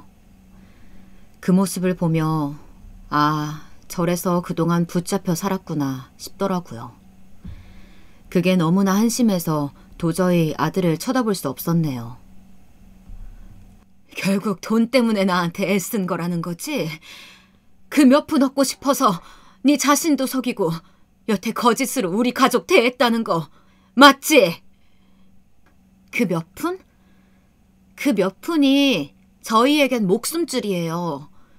어머니가 시골에만 계셔서 세상 물정 잘 모르시나 본데 사람은 누구나 목적이 있으니까 행동하고 태도를 취하는 거예요. 그러니까 그냥 처음부터 너그럽게 도와주셨으면 이런 사단 안 났을 텐데요. 돈을 쥐고서 줄 듯 말 듯 행동하니까 그러죠. 정말 구질구질하게. 근데 그 말이 끝나자마자 남편이 일어서더니 아들의 뺨을 아주 세게 연달아 3번을 때렸습니다. 그 소리에 놀라서 우리 사이에도 일순간 또다시 적막이 찾아왔죠. 저 또한 놀라 입을 벌리고 말았습니다. 아버님, 지금 뭐 하시는 거예요? 이 사람 뺨 때리신 거예요? 네가 맞지 않았다고 해서 서운해할 필요 없다. 너는 남의 집 딸이니까 우리 집 자식을 때린 거지. 이유는 3가지다. 지 애미가 며느리랍시고 들어온 애한테 욕을 듣고 있는데 멍청하게 서서 말리지도 못했으니 때린 거고, 엄마 피눈물을 흘리게 했으니 때린 거고, 이제 앞으로 이딴 나약하고 우유부단한 자식을 봐줄 일이 없을 테니 마지막으로 때린 거다. 이제 정말로 끝이니까 이만 나가라. 아버지, 아빠 죄송해요. 잘못했어요. 나가라고. 내 말 안 들리니? 남편의 말에 아들은 울음을 터뜨리면서 그제야 잘못했다고 말하더라고요. 그러자 며느리가 일어서서 아들을 억지로 일으켜 세워서 나가버렸습니다. 아들은 멍청하게도 또다시 질질 끌려가고요. 아무래도 거부할 수 없는 무언가가 있는 것처럼 아들은 며느리를 따랐습니다. 둘 사이에 어떤 이야기가 오가고 어떤 위로와 명령을 주고받았는지는 모릅니다. 다만 2 사람은 그렇게 건너올 수 없는 강을 떠났고 가족으로서 끝을 맞이한 겁니다. 물론 피가 섞인 아들과 그렇게 말처럼 쉽게 절연을 할 수는 없겠지만 이번 일로 인해서 저는 마음의 문을 닫아버리고 말았거든요. 늘 순종적이고 순진했던 첫째는 이제 정말로 아내를 선택을 한 거겠죠. 그동안 무슨 일이 있었던 거예요? 힘드시겠지만 저한테도 말씀해 주세요. 엄마, 아빠. 그게 말이다. 둘째가 그제서야 무슨 일이 있었는지 진위를 물었어요. 저는 첫째 집에서 겪었던 일을 전부 말해주었고 그동안 남편과 어떤 마음으로 지내왔는지 말해주었습니다. 그러자 둘째는 아무 이야기 없이 저를 꼭 안아주었습니다. 고생했다, 미안하다 이런 말 하나 없이요.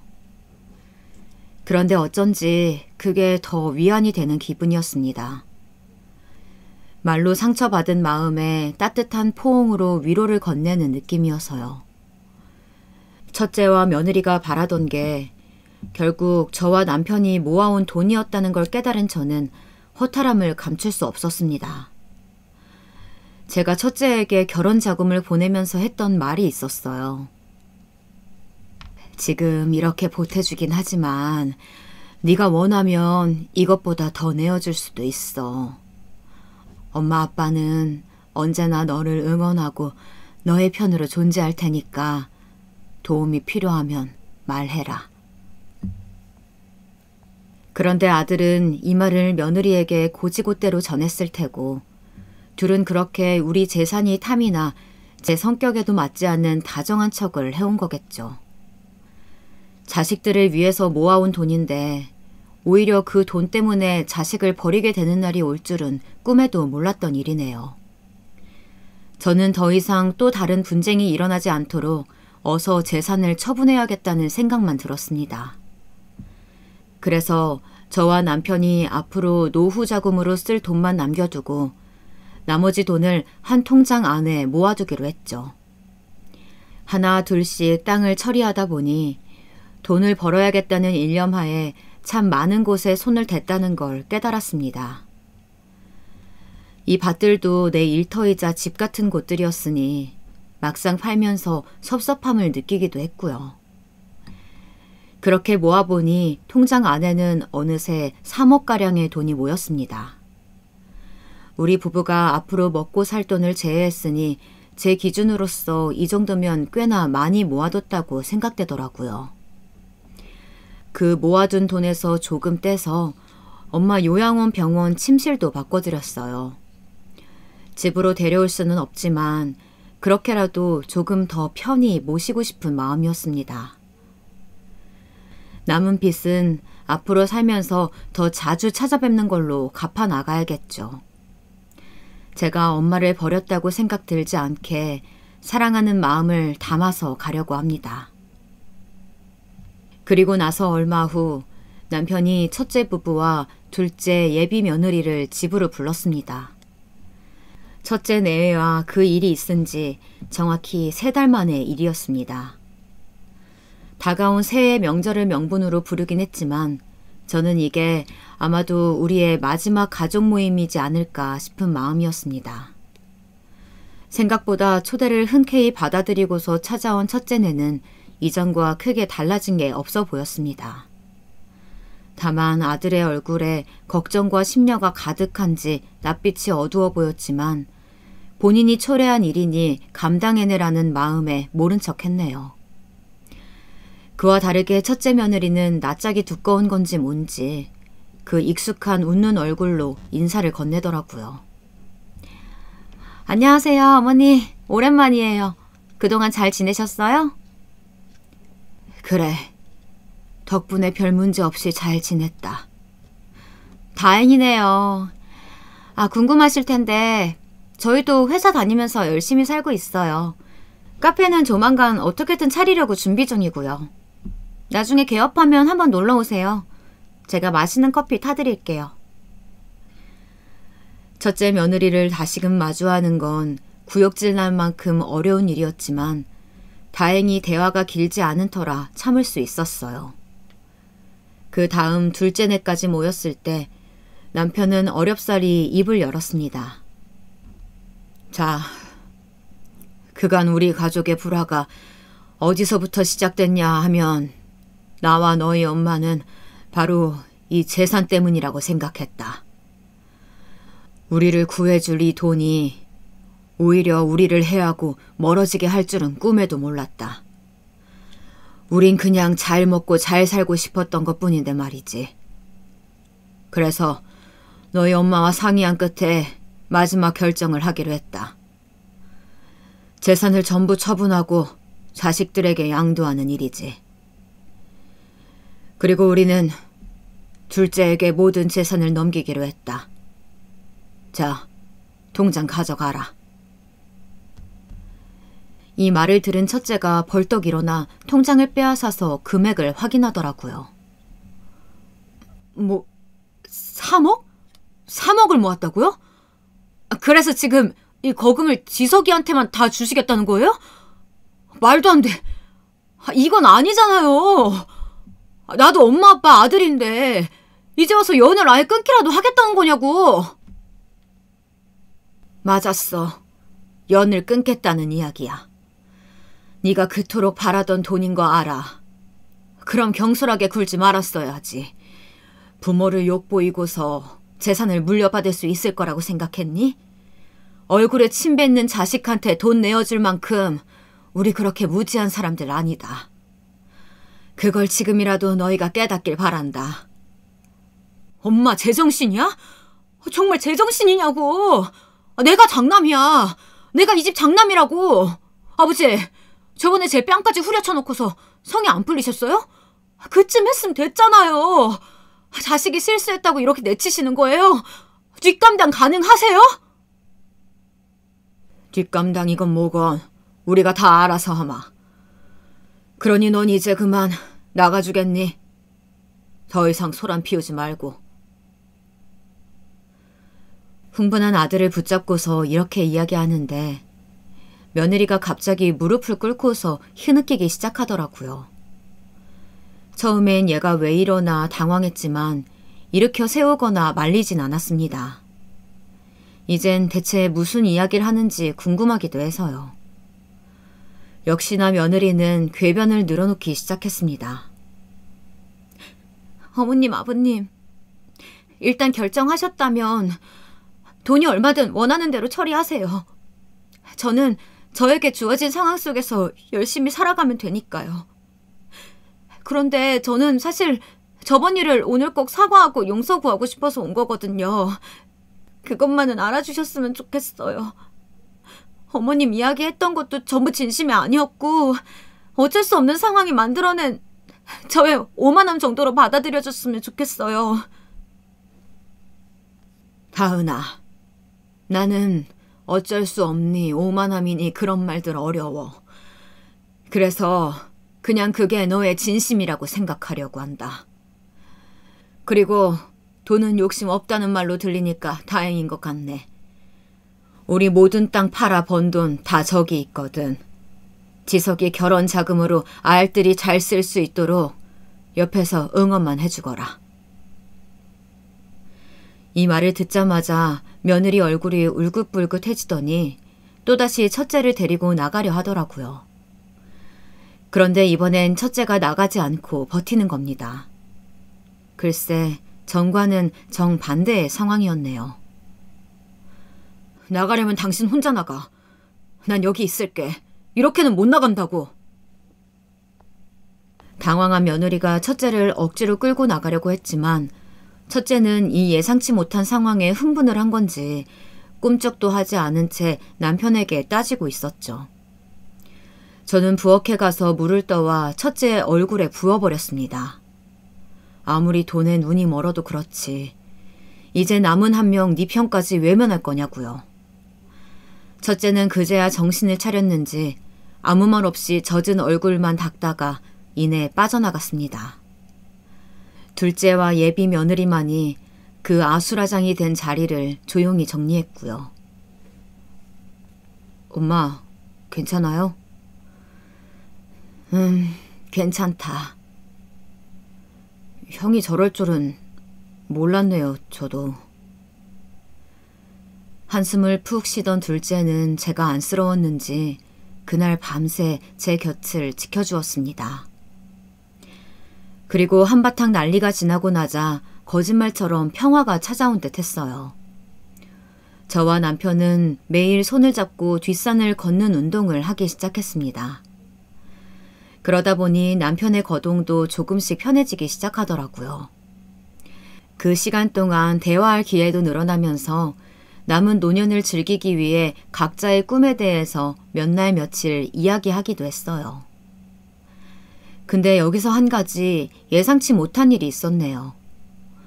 둘째가 그간 화를 많이 참았던 건지 저한텐 내색을 하지 않았는데 자기 형을 찾아간 겁니다. 그리고 한바탕 크게 소동을 일으켰다네요. 그 소동은 다시 저희에게로 돌아와 첫째는 둘째가 자기를 주먹으로 쳤다면서 그런 자식은 동생도 아니라고 고소를 하겠다고 했습니다. 엄마, 어떻게 할래? 나 이 자식 고소할 거야. 엄마가 선택해. 고소 막고 싶으면 돈으로 막아. 안 그럼 나 얘 깜빡 넣어버릴 테니까. 객기 어린 한마디에 전 고개를 절레절레 저었습니다. 내 아들이 어쩌다 이렇게 된 건지 아니면 원래 이런 아이였던 건지 너무나 황당하고 비참한 기분까지 들었습니다. 근데 거기다 첫째 며느리도 이 연극에 가담하기로 한 작정인지 처음에는 제게와 무릎을 꿇고 빌더랍니다. 자기가 정말 잘못했다, 사죄드린다, 저를 봐서라도 이 사람 용서해달라, 장남이지 않냐. 서두가 참 길었습니다. 결국 마지막으로 요구할 건 재산이면서 말이죠. 솔직히 조금 흔들리기도 했습니다. 첫째 아들이 이렇게 동생과 등을 지고 산다 생각하면 부모로서 마음이 편한 건 아니었으니까요. 그걸 제가 만든 게 아닐까 싶은 일말의 죄책감도 있었고요. 며느라인 지극정성이었어요. 매일 아침 찾아와 문 앞에 무릎을 꿇고 앉아 눈물을 뚝뚝 흘려가며 용서를 빌었죠. 심지어 여기엔 예상치 못하게 사부인까지 가세했습니다. 우리 딸애가 하면 안 될 말을 한 것 같아요. 다 제가 자식 교육을 잘못 시킨 탓입니다. 그래도 봐서 아시겠지만 정말 나쁜 애는 아니에요. 아시잖아요. 한번 품어주시면 절대 배신할 아이 아닙니다. 사부인까지 이렇게 나오니 솔직히 당황스럽기도 하고 어째야 할지 모르겠더라고요. 며느린 밉지만 사부인에게 무슨 죄가 있겠어요. 하지만 이를 말려준 건 남편이었어요. 사부인에게 여기서 이러지 마시라며 강하게 나오더라고요. 자식이 잘못한 게 어떻게 그 부모 탓일 수만 있겠냐면서 직접 예의 있게 사부인을 집까지 데려다 주겠다고 하더군요. 남편의 현명한 처사였습니다. 그 덕에 사부인은 어쩔 수 없는 표정으로 돌아갔고 저는 며느리 말에 넘어가려던 마음을 접고 꿈쩍도 하지 않았습니다. 그랬는데 그 다음 날 일이 터지더라고요. 바로 자기가 더 이상은 아들과 못 살겠다며 이혼을 생각 중이라면서 호소를 하는 거 있죠. 어머님 아들 정말 요즘 단단히 미쳤어요. 제 냄새 발언은 사과드릴게요. 근데 어머님 아들 정말 제정신 아니에요. 맨날 술 먹고 돌아다니고 저 정말 이 사람 때문에 인생 망치게 생겼다고요. 어머님이 책임져 주세요. 이 사람 정신 차리게 해주시던지 아님 저 이혼해요. 요란하게 차려입고 나타나선 저한테 이혼하겠다 선전포고를 하는데 아들이나 며느리나 둘의 속셈이 너무 빤해 보이네요. 어떻게 할까 순간 고민을 하다가 그냥 경찰을 부르고 처리하게 했습니다. 엄마, 정말 경찰을 부르면 어떡해요? 왜? 못 부를 거 있니? 너 고소 그런 거 좋아하잖니? 어디 한번 해봐. 자신 있으면 해보렴. 엄마. 어머님, 저는 그게 아니고. 제 행동에 둘 다 어지간히 당황했는지 죄송하다며 떠뜸거리더니 사라지더라고요. 어이가 없었습니다. 이게 무슨 드라마 같은 일인지. 그래도 다행스러웠던 건 남편이 옆에 있었다는 겁니다. 남편이 이런저런 취미활동을 해보자며 주의를 다른 데로 돌려주더라고요. 당신 골프 배우고 싶다고 했잖아. 그거 배워볼까 같이? 그럴까요? 남편의 노력 덕에 전 다시 마음을 다스리고 살아보기로 했답니다. 아들 녀석 때문에, 며느리 때문에 제 인생 꼬였다고 생각하면 한도 끝도 없으니까요. 언젠간 철이 들겠지만 그때를 울며 기다리고 있을 수도 없는 노릇이니 신경을 끄기로 했어요. 그리고 남편과 함께 뒷산 운동 열심히 하면서 쉼을 가졌죠. 오히려 그 쉼의 시간 동안 뭔가 재충전되는 기분이었답니다.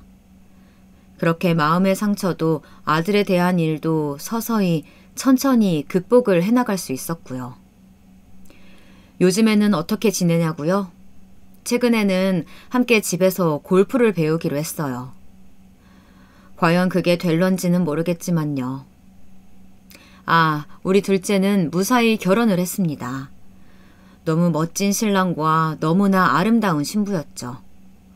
누구보다 기쁜 마음으로 축하를 해주었는데 두 사람은 왠지 저와 남편처럼 평생 서로를 아껴주며 살 것이란 예감이 들어요. 이번 예감은 저번과 다르게 분명합니다. 그런데 혼자서 모든 재산을 물려받아서 그런지 둘째가 자꾸 남편과 저를 모시고 살겠다고 하더라고요. 아니다, 괜찮아. 우린 그냥 지금 이대로가 편해. 원래 젊은 사람들은 젊은 사람들끼리 사는 거야. 고맙지만 저희는 한사코 거절했습니다. 괜히 한 지붕 아래 둘째네 눈치를 사서 볼 거 있나요? 나이가 들었다 해도 꼭 자식에게 기대어 살라는 법은 없으니까요. 한 차례 위기를 겪고 난 우리 부부는 이제야말로 일상의 행복을 온전히 받아들일 준비가 되어 있다고 생각해요. 그리고 첫째는 이혼을 했다고 들었습니다. 카페를 창업하는데 자금이 부족하니 의견 충돌이 일어나고 결국 크게 싸운 후에 이혼을 했다고요. 우리와 그런 일이 있고 나서부터 싸움이 잦았다고 하니 둘의 의견도 100% 맞는 건 아니더라고요. 그 두 사람이 헤어지고 나면 첫째 혼자서 단 한 번은 우리를 찾아오지 않을까 싶었는데 아직까진 오지 않았네요. 하지만 멀지 않은 시간 내 오게 될 거라고 믿습니다. 저도 아들을 다시 아들로 받아들이기까지 마음의 문을 여는 건 너무나 오랜 시간이 걸리겠지만 그럼에도 아들이 먼저 손을 내민다면 엄마로서 잡아줘야 할 것 같습니다. 나에게 실망과 상처를 안긴 자식이지만 나를 버리지 않았다면 치유의 희망은 언제나 존재하니까요. 저의 사연 재미있게 들으셨나요? 이 짧은 시간 동안 정신을 못 차릴 만큼 정말 많은 일들이 있었는데요. 남은 시간을 온화하고 평화롭게 보내라는 의미로 미리 아픈 채찍을 맞은 거라고 생각하려고요. 앞으로는 아내나 엄마로서보다는 온전한 저의 삶을 살기 위해 또 다시 남은 날들을 열심히 살아내고 싶어요. 긴 글 들어주셔서 감사합니다. 여러분의 삶도 그 어느 때보다 평화로운 날들이길 바라며 이만 마치겠습니다.